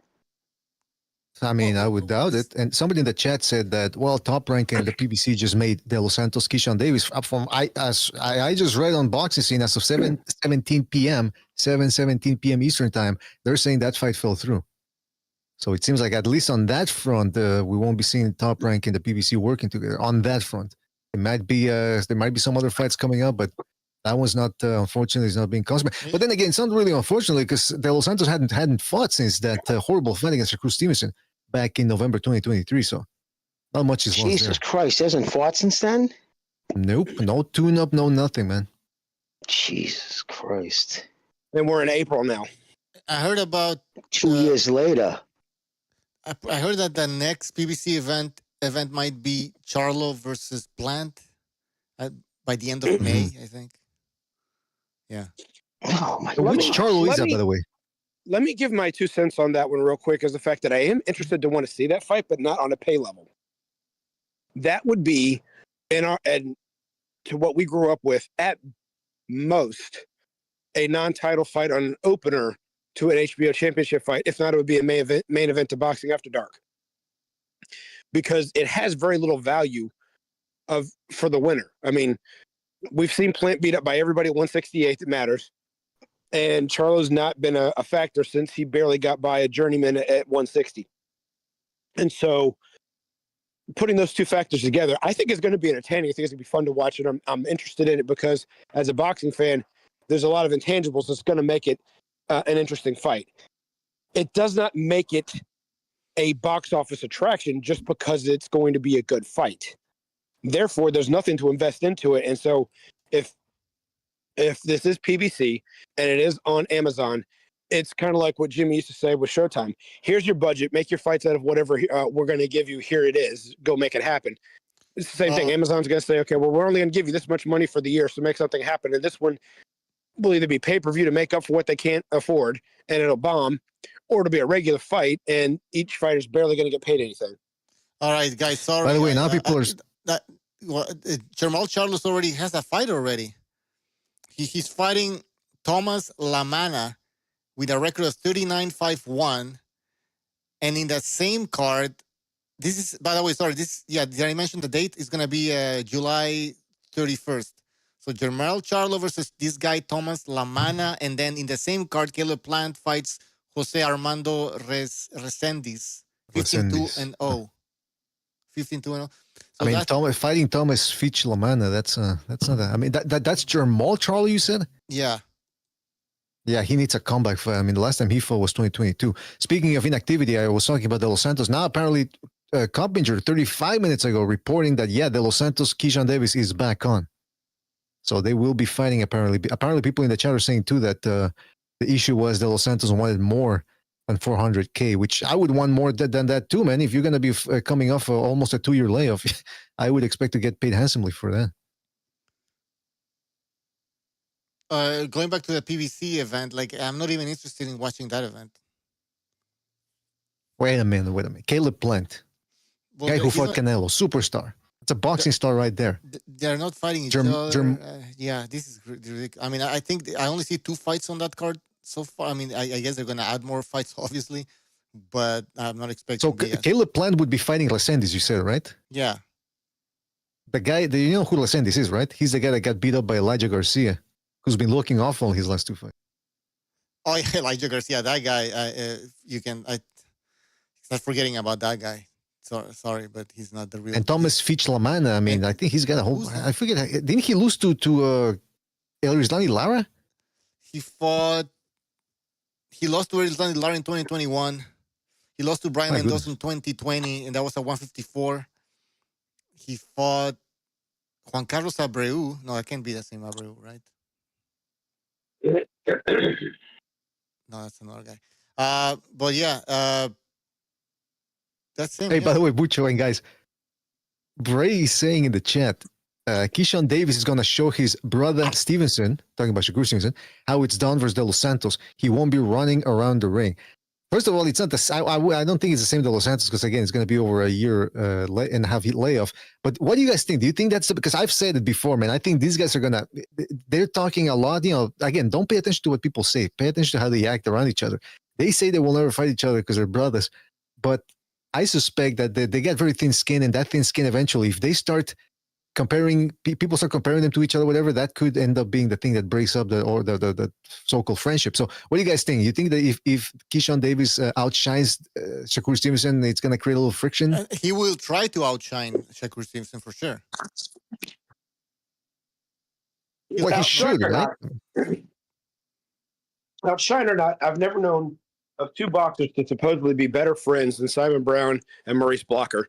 And when the money was right, of $500,000 for two welterweights in 1990, which was big money back then, friendship went aside and they fought each other in what was actually turned out to be a war because they weren't going to get that money fighting anybody else. So what kind of money would it have to be today? I don't know. But if the money's big enough and they're not getting money anywhere else and it's an in-house fight and it can be made, what are we waiting for? I wouldn't be surprised if these two eventually do fight each other, but I think they're going to let it marinate first. And they've got people that are telling them this because I don't think one of them, and I'm not going to say which one, is smart enough to be able to feel that kind of temperature on their own. Wait a minute. You know, but I've said it before. Oh, go ahead. Go, Mr. BDA. Well, I was going to say that, you know, I've said it before. Tank Davis is probably not going to fight either of these guys anytime soon. So why not make that fight? You know, Keyshawn Davis and Shakur Stevenson, they're on the same side of the street, you know, PB stomp rank, same weight division. They're both coming in hot. I mean, Shakur Stevenson at least got a stoppage. Keyshawn Davis just recently stopped Berenchik. Why not make that fight happen? So you answered my question. So did Stevenson resign? Stevenson resigned with Top Rank? Oh, shit. Excuse me. Yeah, you're right. Well, I still think that, I keep thinking that Stevenson's still with Top Rank. You're right. He's with Matchroom now. But they still have the same platform. I think Shakur, Shakur and Keyshawn have like a little agreement not to fight each other, or at least not anytime soon. Like that's what I think. A handshake? Wouldn't be surprised, man. Yeah, it's like a handshake deal. Maybe because, you know, they knew each other as an amateur, but, you know, they have people in common that they know, and they're just not going to fight, which to me is stupid because what if you guys grow into being, in other words, the biggest money fight you guys could ever have is against each other. You're still not going to fight them? Excellent point. And the thing is, supposedly Keyshawn Davis says that. Point. That's why I made it. I know. You're right. My bad. But Keyshawn Davis credits Shakur Stevenson for getting him out of the loony bin. Because remember, he was in the nut house for a couple of, I don't know for how long, Keyshawn Davis. So he says that his friendship with Shakur Stevenson, Shakur was a real one, he says. Stuck by me, so even though I had the stigma of being. What's that? So he won't fight him. But it goes back to what you were saying, BDA. I thought you made an excellent point, and you can, you know, say, I know it's I just said, of course, I made an excellent point. No. You said these guys are not really pro. They're not professionals. They take things personal. That's why they're not going to fight each other. Because if they were really pros and this is their job, they would fight each other. Especially that the potential of them fighting can earn them a whole lot of money. Exactly. Like Chief mentioned the best example, Maurice Blocker, Simon Brown, best friends, but also consummate pros. They offered them big money, or at least as big money as they could get for that fight. And they fought each other. They beat the crap out of each other, beat the stuffings out of each other. And then they went back to being friends because they knew, like in The Godfather, I don't want any inquiries made because I know it was just business. That's the thing. It's just business, but not for these two guys. Personal. You forgot to go breathe heavy in between saying it. BDA, imagine you had two, you know, in your circle, you had two friends that the potentials of them fighting each other can be so lucrative. But they're like, nah, we're not going to do that. You'd be like, what? I'd fight my friend. I'd fight one of my friends for $100,000. Doesn't even have to be millions. I'd punch my mother in the fucking biscuit for fucking $20. Come on. Isn't that what Dana No, White but would do? all kidding aside, Mickey Ward and Toro Gotti became like wicked good friends after the first fight. Like they really became close, and they started negotiating for a second fight. Like because remember they weren't champions, so there's nothing on the line. The only reason why they fought each other again is because like that fucking Bob Allen's like, hey, let's do this. Let's run this back. Pay you $1 million. Get your first $1 million paycheck to fucking Mickey. Guaranteed walk away with $1 million. Unlike just $1 million plus after taxes, you walk away with $300,000. But they remained even closer, which is so what I mean. That's when I hear that we're friends. Like you couldn't. I mean, Mickey was bawling his fucking eyes out at Toro's funeral. You know what I mean? Like he was close. I mean, they were close fucking friends, and they became even closer every time they beat the shit out of each other. It was just the respect they had for each other. After that first fight, brothers in war. Brothers in blood. In the chat, El Mayo says that the WBC just ordered Cepeda versus Stevenson. Right. Good. I want to see that fight already. Yeah, why not? Well, Stevenson's been a pro since Winter Olympics. He what? Well, never mind. I was going to go down a rabbit hole that after I thought about it wasn't very accurate, so never mind. Well, anyway, yeah, that's a great Well, fight. hey, This is the fight we've been waiting for, Cepeda Stevenson. And Yeah, Cepeda, because Tank Davis ain't going to be going anywhere near Stevenson anytime soon this year, I don't think. So, yeah, Cepeda is... or Cepeda, for that matter. Right. Hey, wait. If Isn't he going to rematch Roach? He should. I mean, if he's not going to be fighting any of these guys, then yeah, he should fight rematch Roach, especially after what happened. Oh, yeah, wait. Didn't the commission order that? Can they do that? No. No, because it was a majority draw, right? So there was no. Yeah, there was. I don't know. Going into that fight, the only one who had a rematch clause like against Garcia was Tank, meaning if he lost, he could have went with the rematch, but he never gives his opponents that. Like right now, Roach couldn't say I'm enacting a rematch clause. Right. Well, I mean, we should. Well, I want to see that rematch, but I was just gonna say if Keyshawn and Shakur are not gonna fight each other, then one of them should move up in weight. I'm just saying, unless they want to do like a Vladimir Vitaly Klitschko type of thing. But those guys were heavyweight, so they couldn't really go anywhere. But both those are well. They're also brothers. Yeah, but I mean, one can They're move up to both 140. Yeah, go ahead. No, I'm just saying they're both welterweights.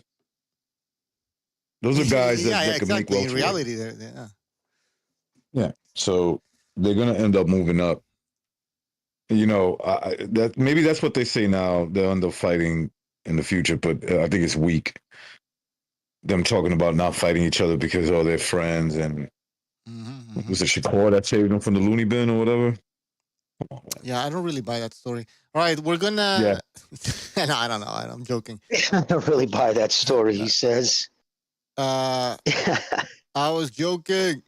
We're gonna open up the phone lines, guys. So please hit the like button. Hit the like. We're at 60-something likes, I believe. That is completely unacceptable. We're gonna end the show right now if we don't get to 75. I'm not asking for much. Fucking welfare likes, man. Like, this is what are we doing everyone that's listening. I see 115 people. Everyone just hit the like. It takes 2 seconds.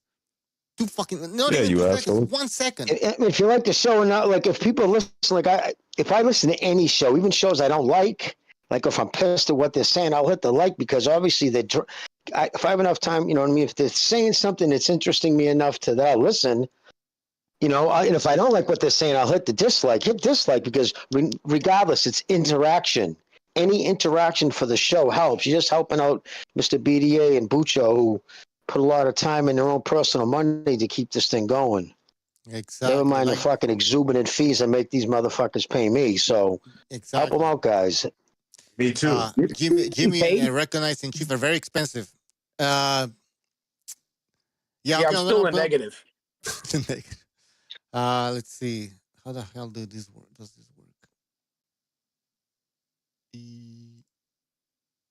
All right, here we go. Ready to connect. Click connect to show now. Okay. Phone lines are open, people. Phone lines are open. You are now I in know the you host guys already room said and it, can but hit manage the your like. We're only callers at from the 72. calling We need studio more. web interface. All right, hold on. I'm posting that number on the screen, guys, so you can fucking call in. Where is this thing? Fuck. Anyways, guys, you can call in and talk about whatever the fuck you want.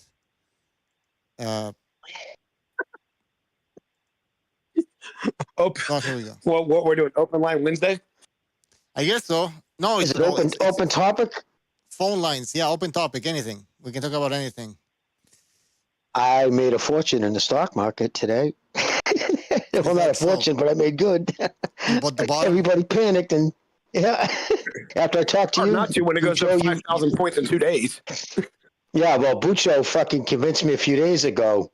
After I talked to my wife's like, you know what? He's right. And so, anyways, I just wanted to thank you, Mr. Bucho. You made me some money. But did I say? I said eventually it's gonna go up because I mean this can't last for long. The tariff thing. It's Yep. You said do two things, and I followed both advice. Gold and I looked at the stock market. My wife's like, "Oh, look at these. It's probably good to buy." And like literally in the last 24 hours, they've almost doubled. Bucho, it's Yes. 4D chess, brother. 4D chess. Come on. 9D chess. It's the China 125%. You think that's gonna last as well? I mean, unless you want to riot in the streets. Unless you want riots. Phone lines are open 320-412-2035. Is that a new number? Yes, we're using a new system now. I think Now, do you have to pay for this system? Well, we had to pay for both, but now it's like you pay by the minute or second or some shit. So I don't know. No shit. Maybe we're paying more. I don't know. But it's like I see the thing going down. Guys, you can support us via Super Chat. You can support us. Now, we have support through Patreon. You can also support us there, guys. Oh, guys, on Patreon, I'm going to be posting a video that we did off the air. A bunch of us were watching William Scholl's fight, and we were analyzing it. And so that video is going to be posted right after this on Patreon for free. It's free. The link in the description. Go subscribe to Patreon. It was an interesting night. We made some pretty interesting comments about William Scholl. How did he look? I didn't see the fight because I ended up having issues the other night, so I wasn't able to. I was going to go watch it with you. How did he look? He's Recognized was there too, right? Recognized still there. Yeah, I was there. I mean, I needed a ton of coffee to stay up, but yeah, I was there. Yeah, it's that he was that boring. He was boring as fuck, man. Like he's. Oh God. William Scholl highlights is definitely like watching paint dry. He's boring. The most exciting part of it is the ring walk. Yeah. Now he's Cuban, but he's not a runner. You would think he's running around. He's not. He stands his ground. But he has no power. He has like 23 wins, 9 knockouts. So I just saw him like I could see where he's gonna like lean right into Canelo's wheelhouse. Yeah, the guys mentioned that Scholl does tend to dip to his right a lot. He drops that left hand as well. There's openings there. Canelo will eat that fucking. He'll eat him alive.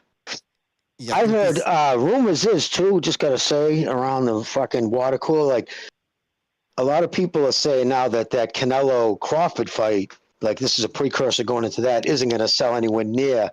Like if they would have fought right after the Spence fight, but because Crawford looked human in his last outing, that really dropped like a lot of interest into that fight.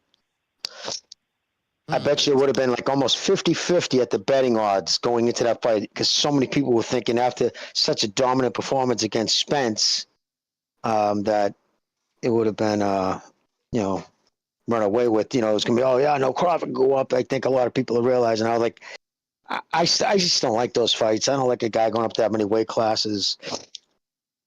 I just, it doesn't do anything for the victor and it doesn't do anything for the loser, I mean, if Crawford wins, it would do huge for him, but Money. that's all. Well- It's a dare to get paid fight. All right, guys, let's take a phone call here. 612. Oh, wait, let me unmute. I think. Oh, can you hear me? 612, you're on the air. You there? Can you hear me? Yes, sir. Go ahead. Yeah, so as far as people saying that Bivol ducked Benavidez, I don't think he ducked him.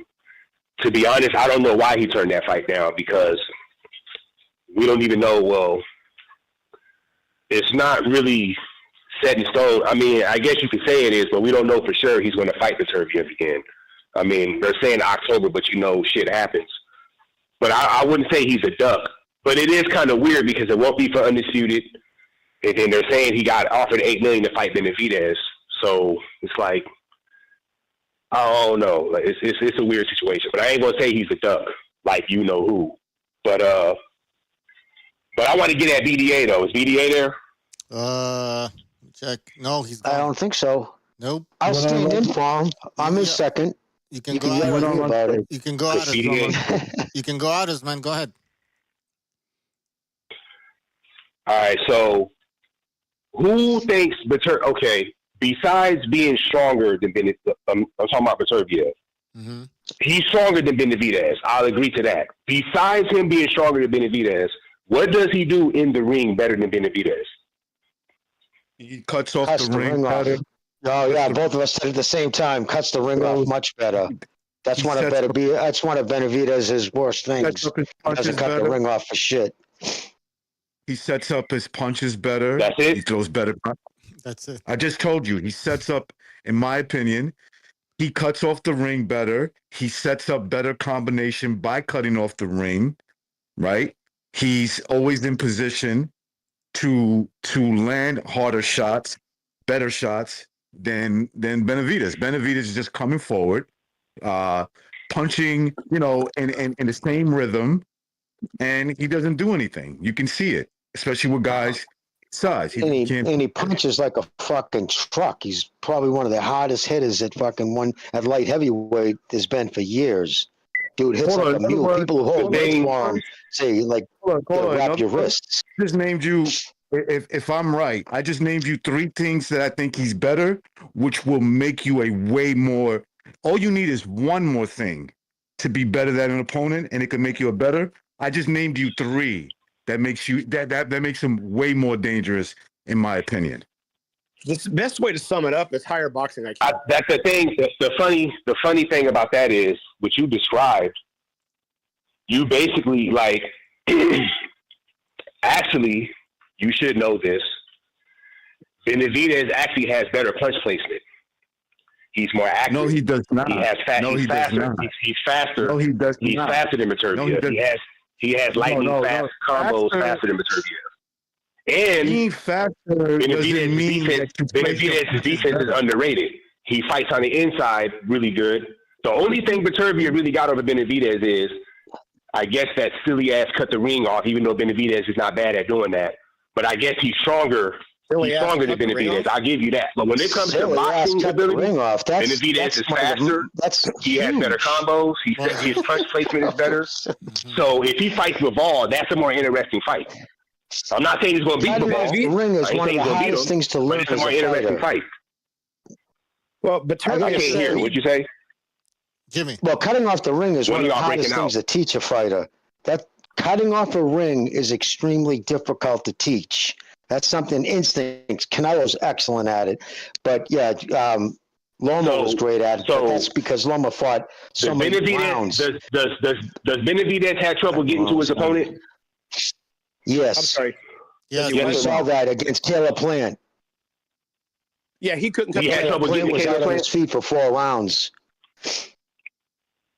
He had trouble getting to Caleb Plant. You saw what happened when he caught up to him, though, right?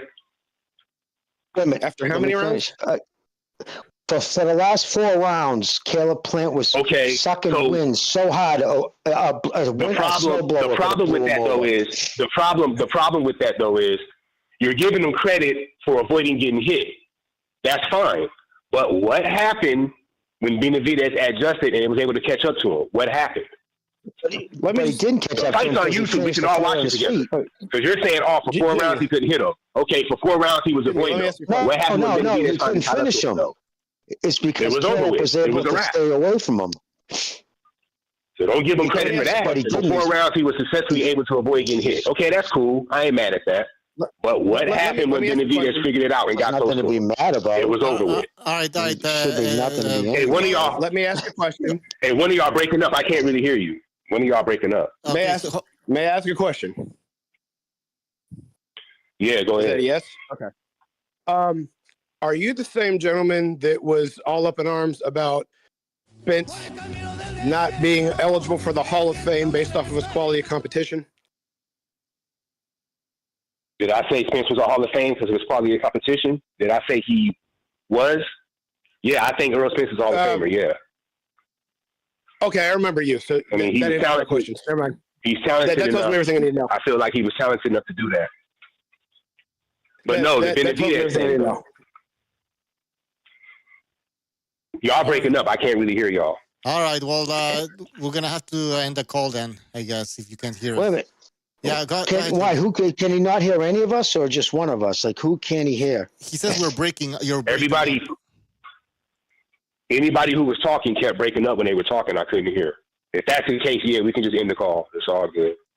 All right. Well, thank you for calling. All right. Call back again next time. All right. All right. Yep. Well, that sucks.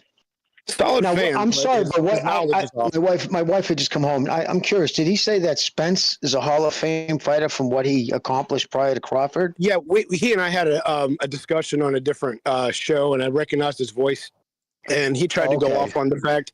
He tried to go off on the fact that Spence should get in the Hall of Fame, even though his era was weak, because he fought everybody that was in his era, and it's not Spence's fault that he had a weak era. Therefore, he deserves the Hall of Fame. It's not his fault.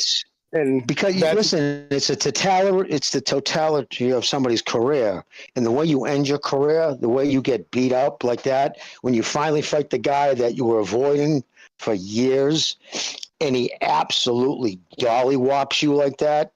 Yeah. No, come on. And then you got to look at who he beat. Who did he beat?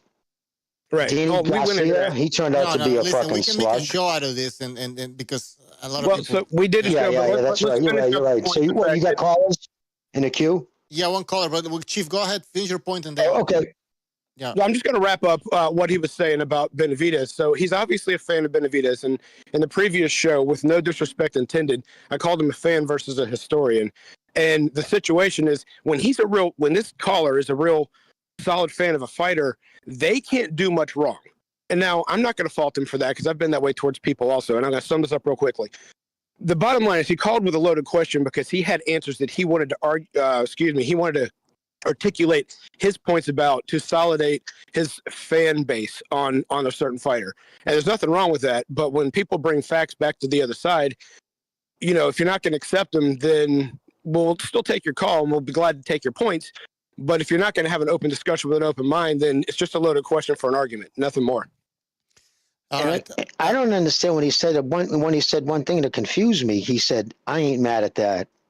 But why would you be mad about anything? That was him just agreeing with us. That was his way of saying he agreed. I know, but mad. Why would you be mad? Well, we'll be hearing more from Solius. I can guarantee you that. The Fire Herb, thank you for your super chat. He says, "How do you guys think Bivol versus Benavidez will go?" Okay, you know what? We'll answer that question right after we take these phone calls. All right, the Fire Herb.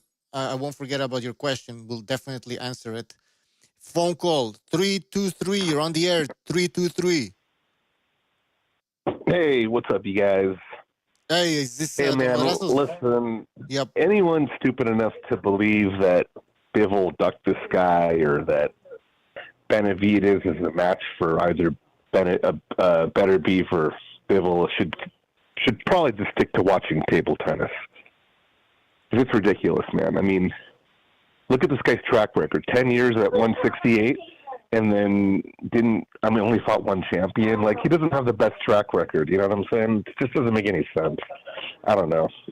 Well, he's young. He's fast. He doesn't stop. Volume puncher. Of course, Bivol's gonna be scared of this guy. Come on. I'm just. It's weird. Like I said, I think we talked about this before. It doesn't seem like there's a huge fan base out there, or else his fights would, be selling 700, 1 million pay-per-views, and all you see online are just, bullshit memes that are saying Bivol ducked him, and it's fucking strange, dude. Like, it seems like he's just online. The online trolls are just rampant, and I don't know, but they're not buying the fights. Obviously, if you took all the people that talked all the shit online and you gave them $85 to buy a fight, you'd probably do about 700,000 pay-per-view buys. Maybe. I don't know. That's the way it looks like to me, because the numbers just don't make any sense. The number of people that buy the fights versus the number of people that talk shit online. It doesn't make any sense to me. So you don't think that Benavidez offered Bivol $8 million? Is he going to take a loan out at the local Bank of America? Like, how's he going to do that? I don't know. Is he going to mortgage his house to pay Bivol his purse? The mansion. I don't, because I know Al Heyman doesn't have any money. Prime isn't. Amazon Prime's not giving him any money. Where are they going to get the money from? Where are they going to get the money to pay Bivol $8 million? Where?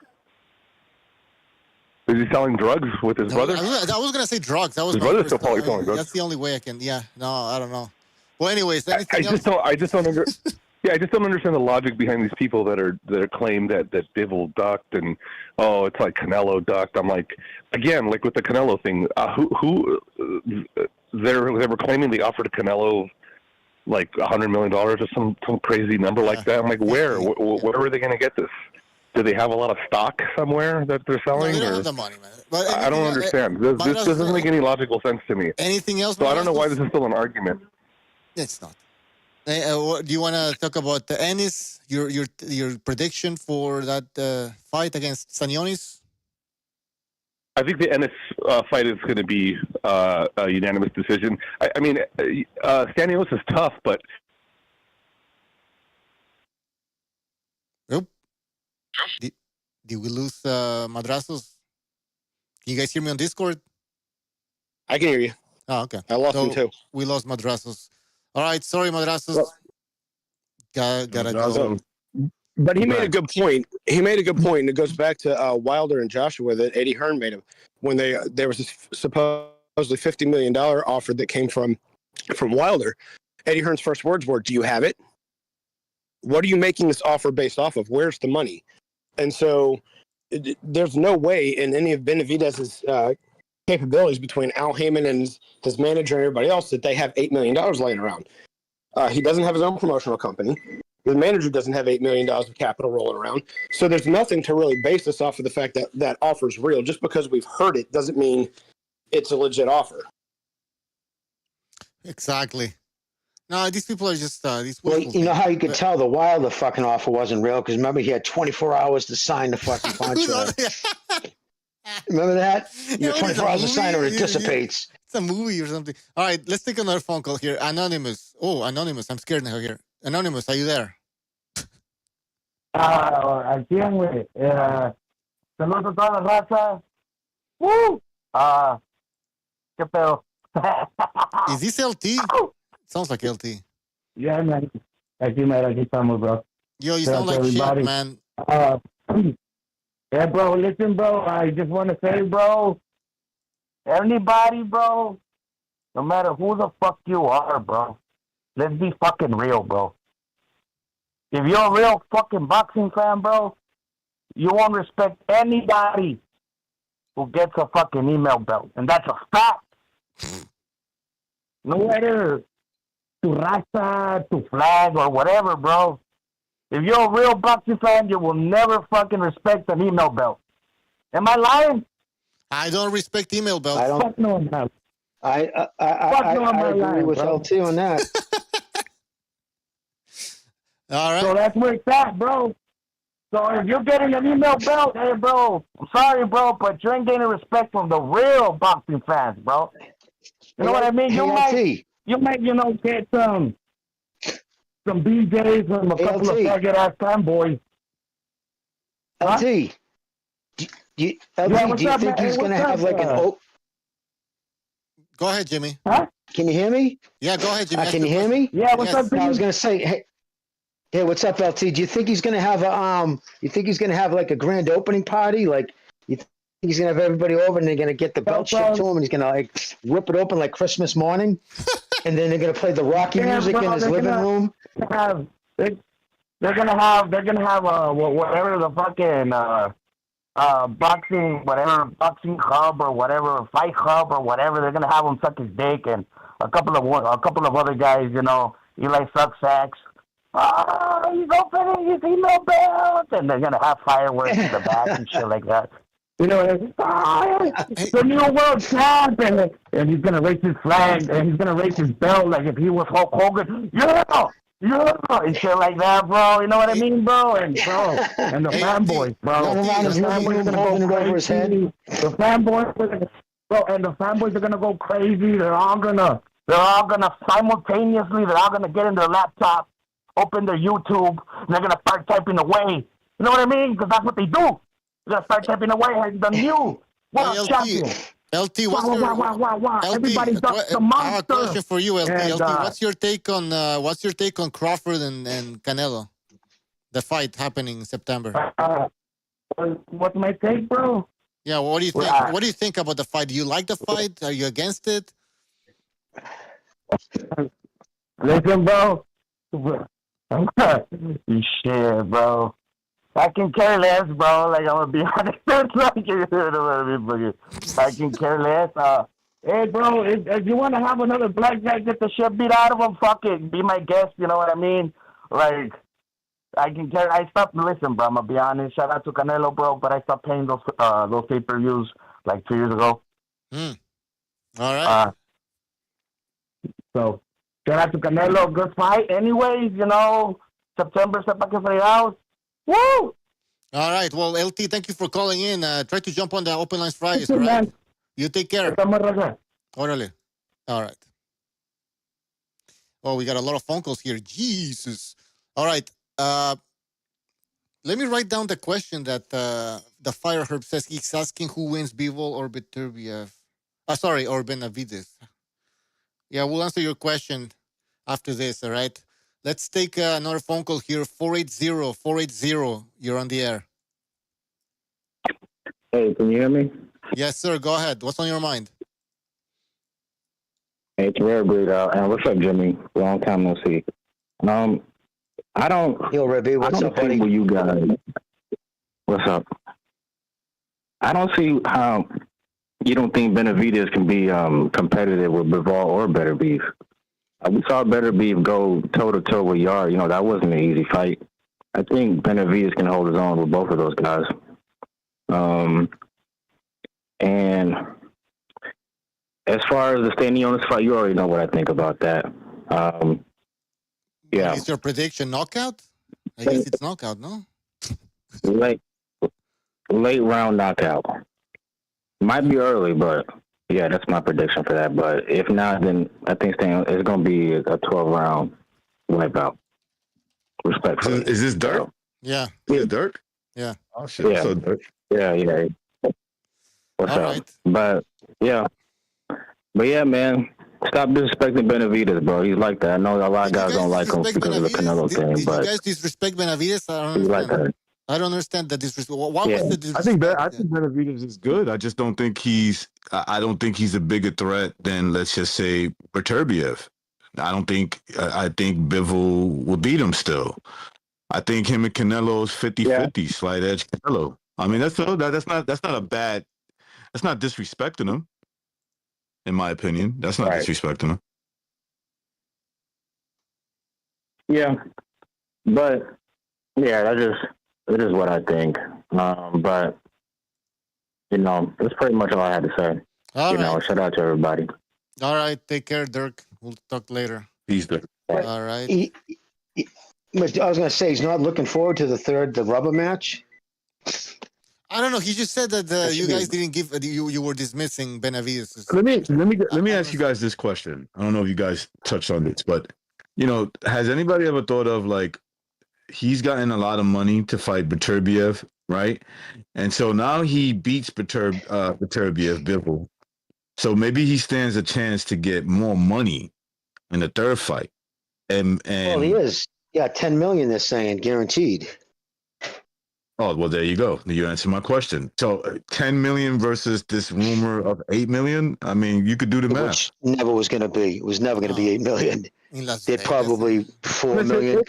Remember, he's never made big money until these recent fights. Jimmy, let's just say it's true. Let's give the Benavidez theory the benefit of the doubt. Let's say it was true.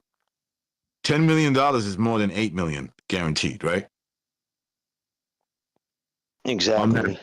So there you go. That's not a duck. He's not worried about losing to Benavidez. Right. And I don't think any of us were like saying I wouldn't be interested in the Bivol Benavidez fight. And I'm not saying that Benavidez wouldn't be competitive. Right. That was the like issue. for a second, do I think Bivol would go out there and just smoke him? That was but the issue. I think because you got to look at like I understand like what the other caller said, like when you want to compare like what Benavidez does compared to what Benavidez does, but you got to compare it against quality of competition.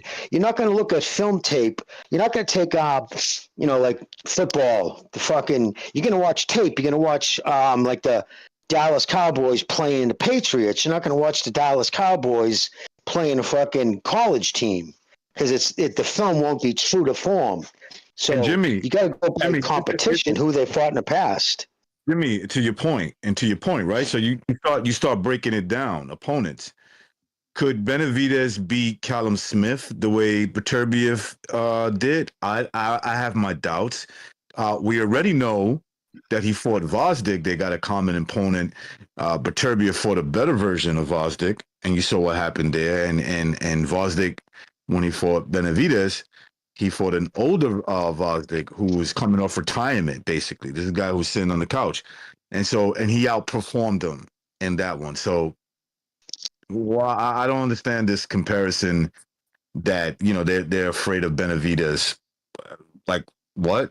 There's no evidence to suggest that Benavidez is better than Beterbiev as of right now. Yeah, no, they'll come up with some reasons, but we'll get to those later. Let's take more phone calls here. And then I'm going to time the calls because we got a bunch of calls. So here we go. 267, you're on the air. Oh, hey, what's up, Lucho? Hey, what's up? So, no disrespect to Benavidez, but, the one glaring thing to me is that he just doesn't have the footwork to match Bivol or Beterbiev. I think if Benavidez fought Bivol, he'd struggle to find him. And like the opposite would be true with Beterbiev is he wouldn't have the footwork to escape. Because ultimately Beterbiev he doesn't get enough credit for his footwork as well. Just people think of him as a knockout merchant, but Beterbiev will make that ring smaller and smaller until he gets Benavidez up against the ropes or in a corner. And Benavidez I don't think he hits hard enough to get him off. And Benavidez doesn't fight well going backwards, and he doesn't turn corners well. But Beterbiev does. And once he finds you and gets on you, he pivots and keeps you in front of him, and he just wears you out. Joe Smith Jr., Anthony Yard, those guys all punch harder, arguably, I would say, than Benavidez, and they couldn't keep him off. Granted, Joe Smith was faded at the time they fought, but a young prime Anthony Yard, he hits pretty hard, and he couldn't keep Beterbiev off him, and he couldn't get away. And you made a point, bro. He can't keep people, people can't get, the reason why he got all those knockouts is because he hunted people down. People couldn't get away from him because he's excellent at cutting a ring off. Yeah, hell yeah. And Bivol was the only one that could do it is because Bivol arguably had the best footwork in boxing right now. He sacrifices punching power. He sacrifices punching power because he's fleet of foot. He's got that quick first step, in, out, left, right. He can stop, pop, move again. I just don't think Benavidez, he'd be leading. Bivol would lead him around the ring in circles and just make him look like clumsy. he would struggle to find him. And like I said, the opposite's true with Beterbiev. I mean, Benavidez is not a good. He's not. He does all his work on the inside. He's an inside fighter. He throws flashy combinations, but he's not like a good mid-range boxer. He can't box you from the mid-range, and he sure as hell can't box you from the outside if his opponent controls center ring. He lurches his way in and then does all his work inside, and that's the last place he wants to be with Beterbiev. That's just the way I see those two fights going. Yeah. That being said, I'd rather see Benavidez fight Bivol or Beterbiev. I'd rather see that fight before the third fight, just so that we can stop debating the shit. You know what I mean? Yeah, I know. But at the same time, Beterbiev is not getting any younger, so I think we need to have this. I get it because it's now or never. Right. So I get that part of it too, but that's all I got. And I agree with both you guys too, and you too, because like that's all we've ever done is debate. It's like Benavidez's career has been debating. It's like how would do against this one, it's like I want to start seeing him fight the top echelon too.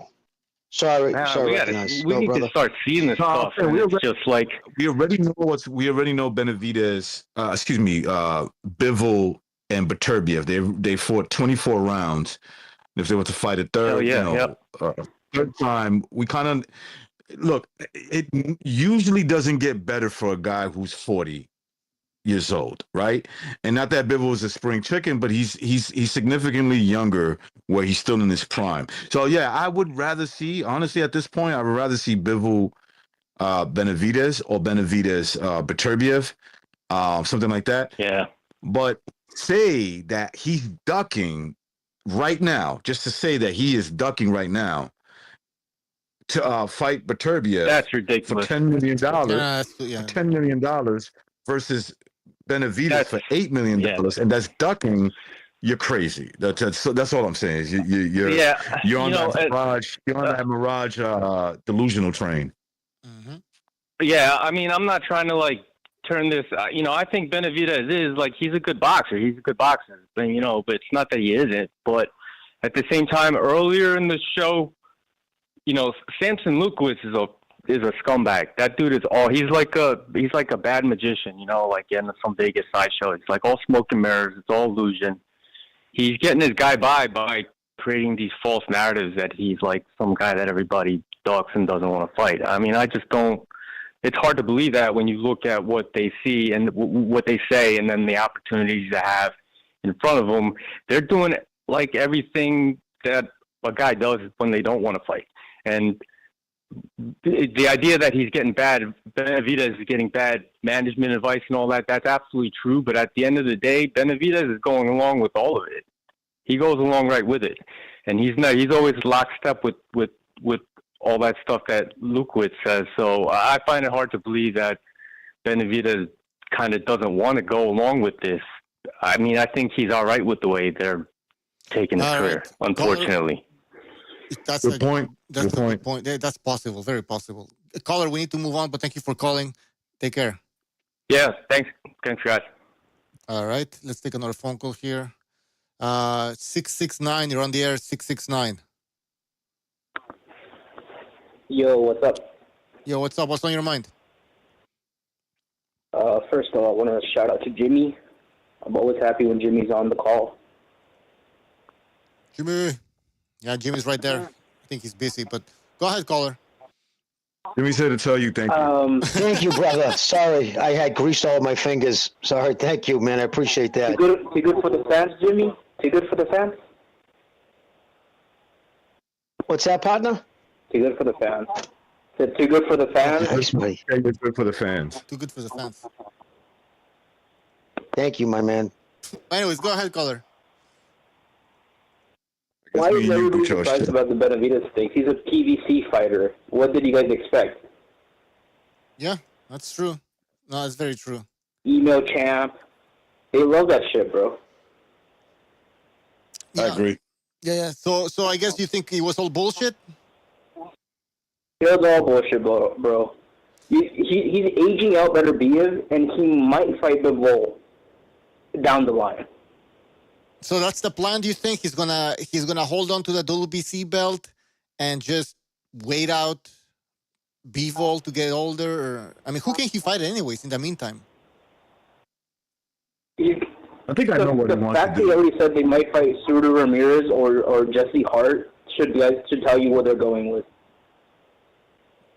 Yeah. Like in what direction they're trying to go with it. Why not take the Callum Smith fight? What's wrong with that? Callum Smith, Anthony Yard. Those are. He's not fighting any of the top guys. Yeah, he doesn't. They offered him the Callum Smith fight. He refused it. Why? I don't know. Yeah, what's wrong with that? All right. They also age out Canelo and entice him to go up in weight, so he'll be older and going up in weight. Exactly. That's what's happening now. That's the PBC game plan, bro. If it ain't a cherry pick, it doesn't look good for them. All right.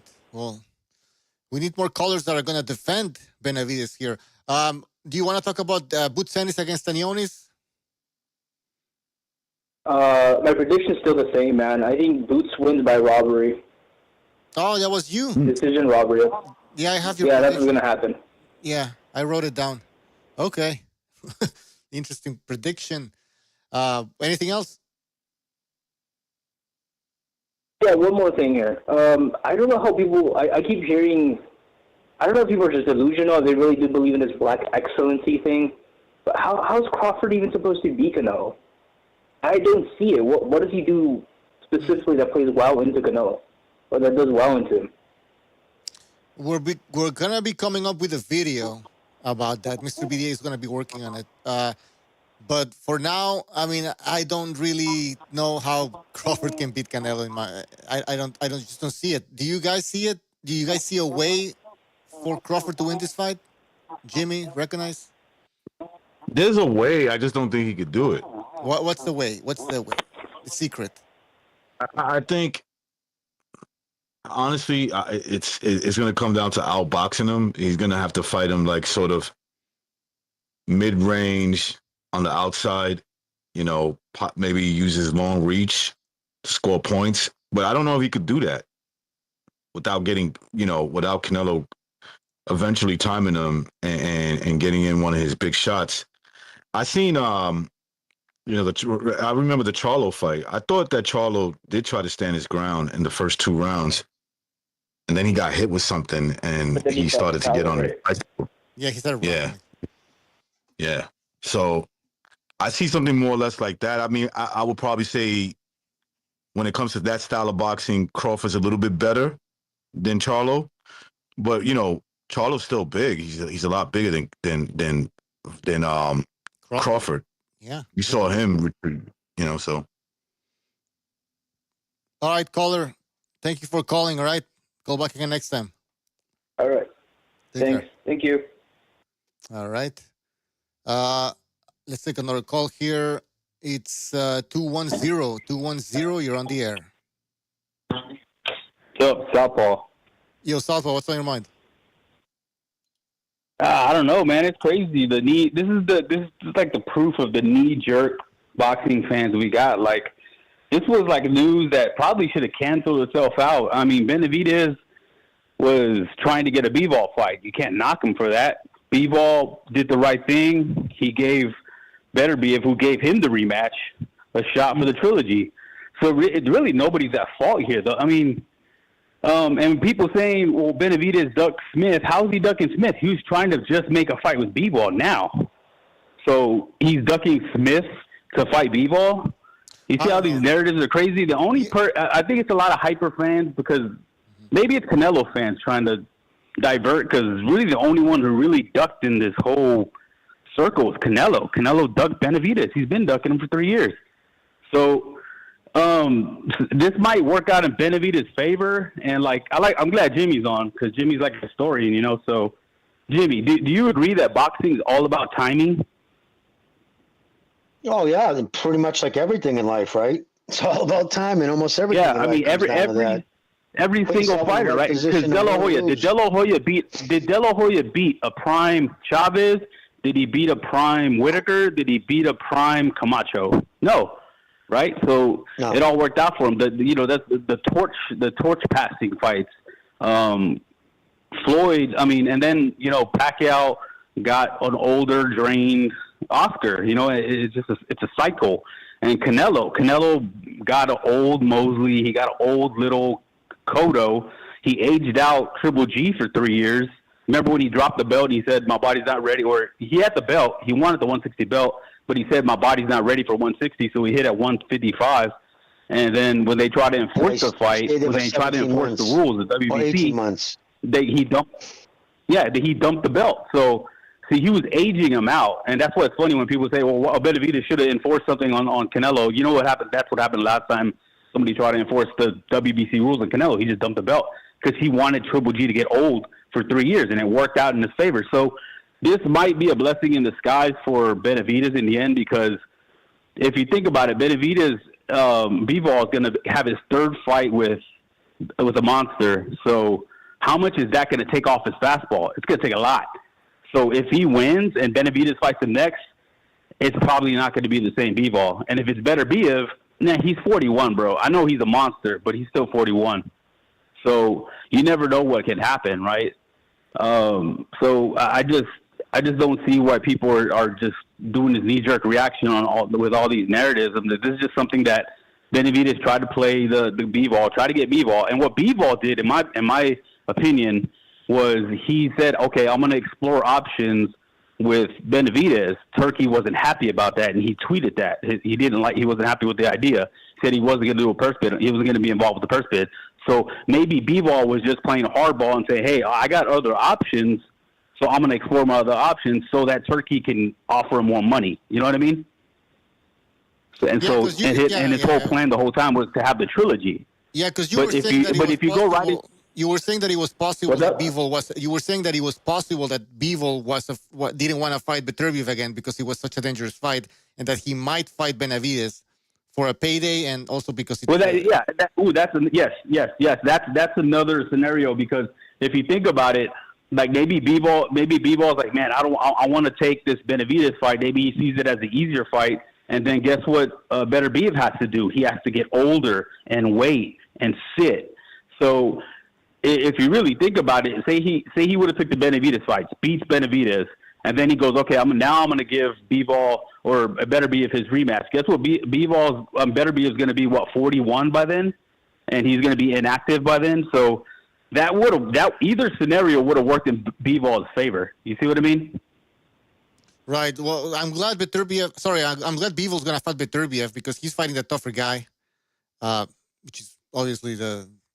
Yeah, I agree. I agree. But like I said, but it all might end up just being timed just right to where maybe Benavidez gets a worn down Beterbiev or Bivol. I think either way, I think he has a chance. I would still favor Bivol if they fought, but Bivol doesn't have the power, and I think the styles make fights. We've seen it's not going to just be a blowover fight. So I don't know, man. This is crazy with all these crazy scenarios. Like, Bivol's a businessman. He's not going to just go right into Turkey's lap and be like, I'll do whatever you say. No, if you're smart, you say, hey, man, I got other options, but what can you offer me? Because Benavidez is offering me $8 million, so what can you do better? So that's a smart thing to do. They're in it for the money, guys. We're in it for the money at the end. So this whole ducking is crazy. The only one that ducked in this whole scenario was Canelo. Remember, he just said it. I have the right to pick and choose. When I hear that just pretty much says it all. On top of the 8 other excuses he had, I want $200 million. I don't want to fight a Mexican. He only brings 20 pounds. What was the other one? You know what I mean? So the only one playing games and really just avoiding people is Canelo. And I think Canelo, when he fights Crawford, these guys are going to be like shells of themselves, and it's going to be a cash out fight. And I don't think the fight's going to be that good. Well, like you said, it's about the money, and I think Crawford's going to be bringing the money. When it comes to Benavidez, I don't know where he's going to fight. Yeah. Who do you think Benavidez should fight next? That's a money fight. Who do you think Benavidez should fight next? Oh, I think I think he probably will go back to Smith. He probably will go back to Smith because again, the last caller just said, he was avoiding Smith. How is he avoiding Smith when he's trying to make a fight with Bivol? That doesn't make sense. That's the same as saying Bivol's avoiding avoiding Benavidez to fight Beterbiev. You know what I mean? Both guys are fighting the quote unquote more dangerous fight. So that's why it's crazy knee jerk reactions here. When I think Bivol was just being a smart businessman. He wanted to say, hey, I have options. Offer me something better. Benavidez was like, hey, I want to try to fight Bivol because I really think he wanted that fight. And it sucks we got the email belts. I don't like the WBC. They just want to get somebody's 3%. So it's not a good way to get the belt. Even Benavidez came out and said, this is not the way I'd want to get a belt. So it's just one of those things where the chips fell how they fell. Nobody was really avoiding or doing anything weird. So if Benavidez doesn't fight Smith next, then okay, we can give him hell. But I think that's probably what he's going to do next. So Benavidez is getting the WBC belt the way he doesn't want to get it? Yeah, well, that's according to him. He said this. He said this isn't how my ideal way of getting a belt or something like that. Yeah, I know he his can publicist. say that, but at the end of the day, he's getting it like that, and he knows that people shit. I mean, you can't turn away a belt neither because belts are leverage. You can. You know what I mean? If either way you slice it, if belts are leverage. Does he really need leverage when he was invited to Saudi Arabia to watch? He needs all the leverage he can get because not really. He doesn't really have a big following. He has a growing following, but like when it came to Canelo, he had no leverage. So he needs every little bit of leverage that he can get to try to get these fights. And there's a cold war going on with Turkey and WBC. So you never know what can happen, man. These guys are just making moves, they're trying to just get things that can help them when it comes to negotiating fights. That's all it is. All right. Well, thank you for calling. Call back in next time. Take care. All right. Take care. All right. We're going to end the phone calls, I guess, now. How the fuck do we do this? All right. Let's get back to the panel here. Let's answer the question here that was asked. Bivol and Benavidez, how would that play out? Who wants to answer that question? If they ever fought? Breconize or Jimmy? They're both muted. It would be a good fight. I think it would be a good fight. I'm sorry, what was the question? Bivol. I'm sorry, I didn't mean to cut you off. Bivol Benavidez. Sorry, Bivol, if they were to fight now. Sorry. Bivol Benavidez? Yep.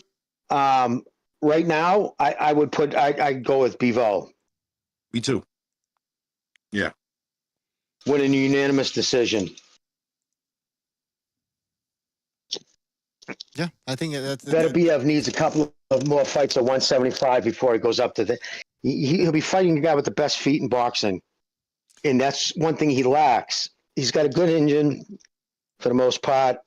He throws, punches and bunches, but he needs to learn to cut off the ring better. And if that's not one of your strong suits, I know when they call it was silly ass cut off the ring, but that's an extremely, the best of the best know how to do that and do it well. And you can't go into the competition you've been fighting, then go up to Bivol. He's going to box your face off. He needs to step it up and needs to fight a couple of guys, get acclimated better at the weight. Morel, who's a career 168, is not getting him ready for, Bivol. That's, right. I'll put it there. I mean, what's his name again? Morel was also moving up in weight. And Vosdik was old. He was a legit light heavyweight. And you saw what happened in that fight. Benavidez didn't look as strong as he did at 168. So, yeah, I want to see more of Benavidez at that weight. I think Beterbiev was still Beterbiev would still beat Benavidez, probably by stoppage too. Yeah, we'll see. What else? Sean on boxing. I think that's Sean Newton. Shout out to Sean Newton. He says like Zurdo versus Bivol did. I don't know what he's talking about. It's a conversation going on in the chat here. Oh, Mirage says Plant and Andrade Morel have great feet. Lol. They're not on Bivol's level. That's if that's what you're trying to say. No, they're really not.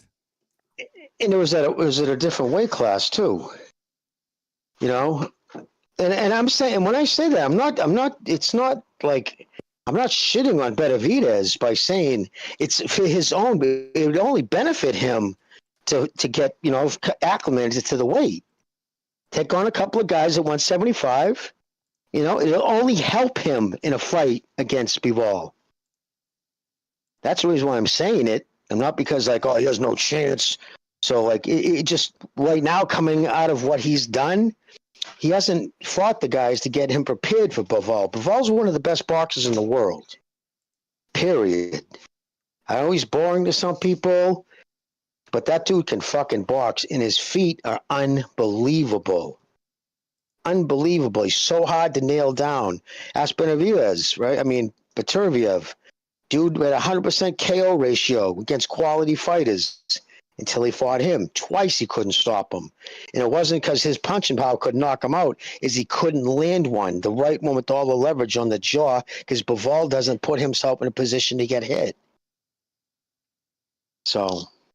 And he took some good shots against Beterbiev too. And he took them. You're right. Yeah, of course. I forgot about it. Yeah. So.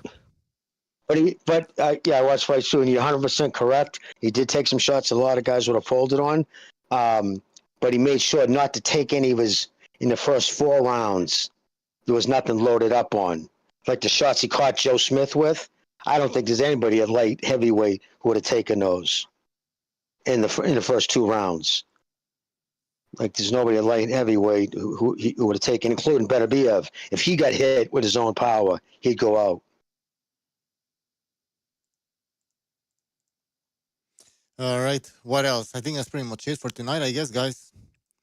I'm trying to. Now, when's the Inoue fight? When's that fight happening in America? They have announced that? Yes. That's on the same weekend as Canelo. So that's May. Let me check. Now, who did he fight last? Was it that kid Parker? I can't remember that. That, because I wasn't on the show, that ended kind of unspectacular, because didn't the kid kind of, the ref stopped it quick, or he didn't come out for the round?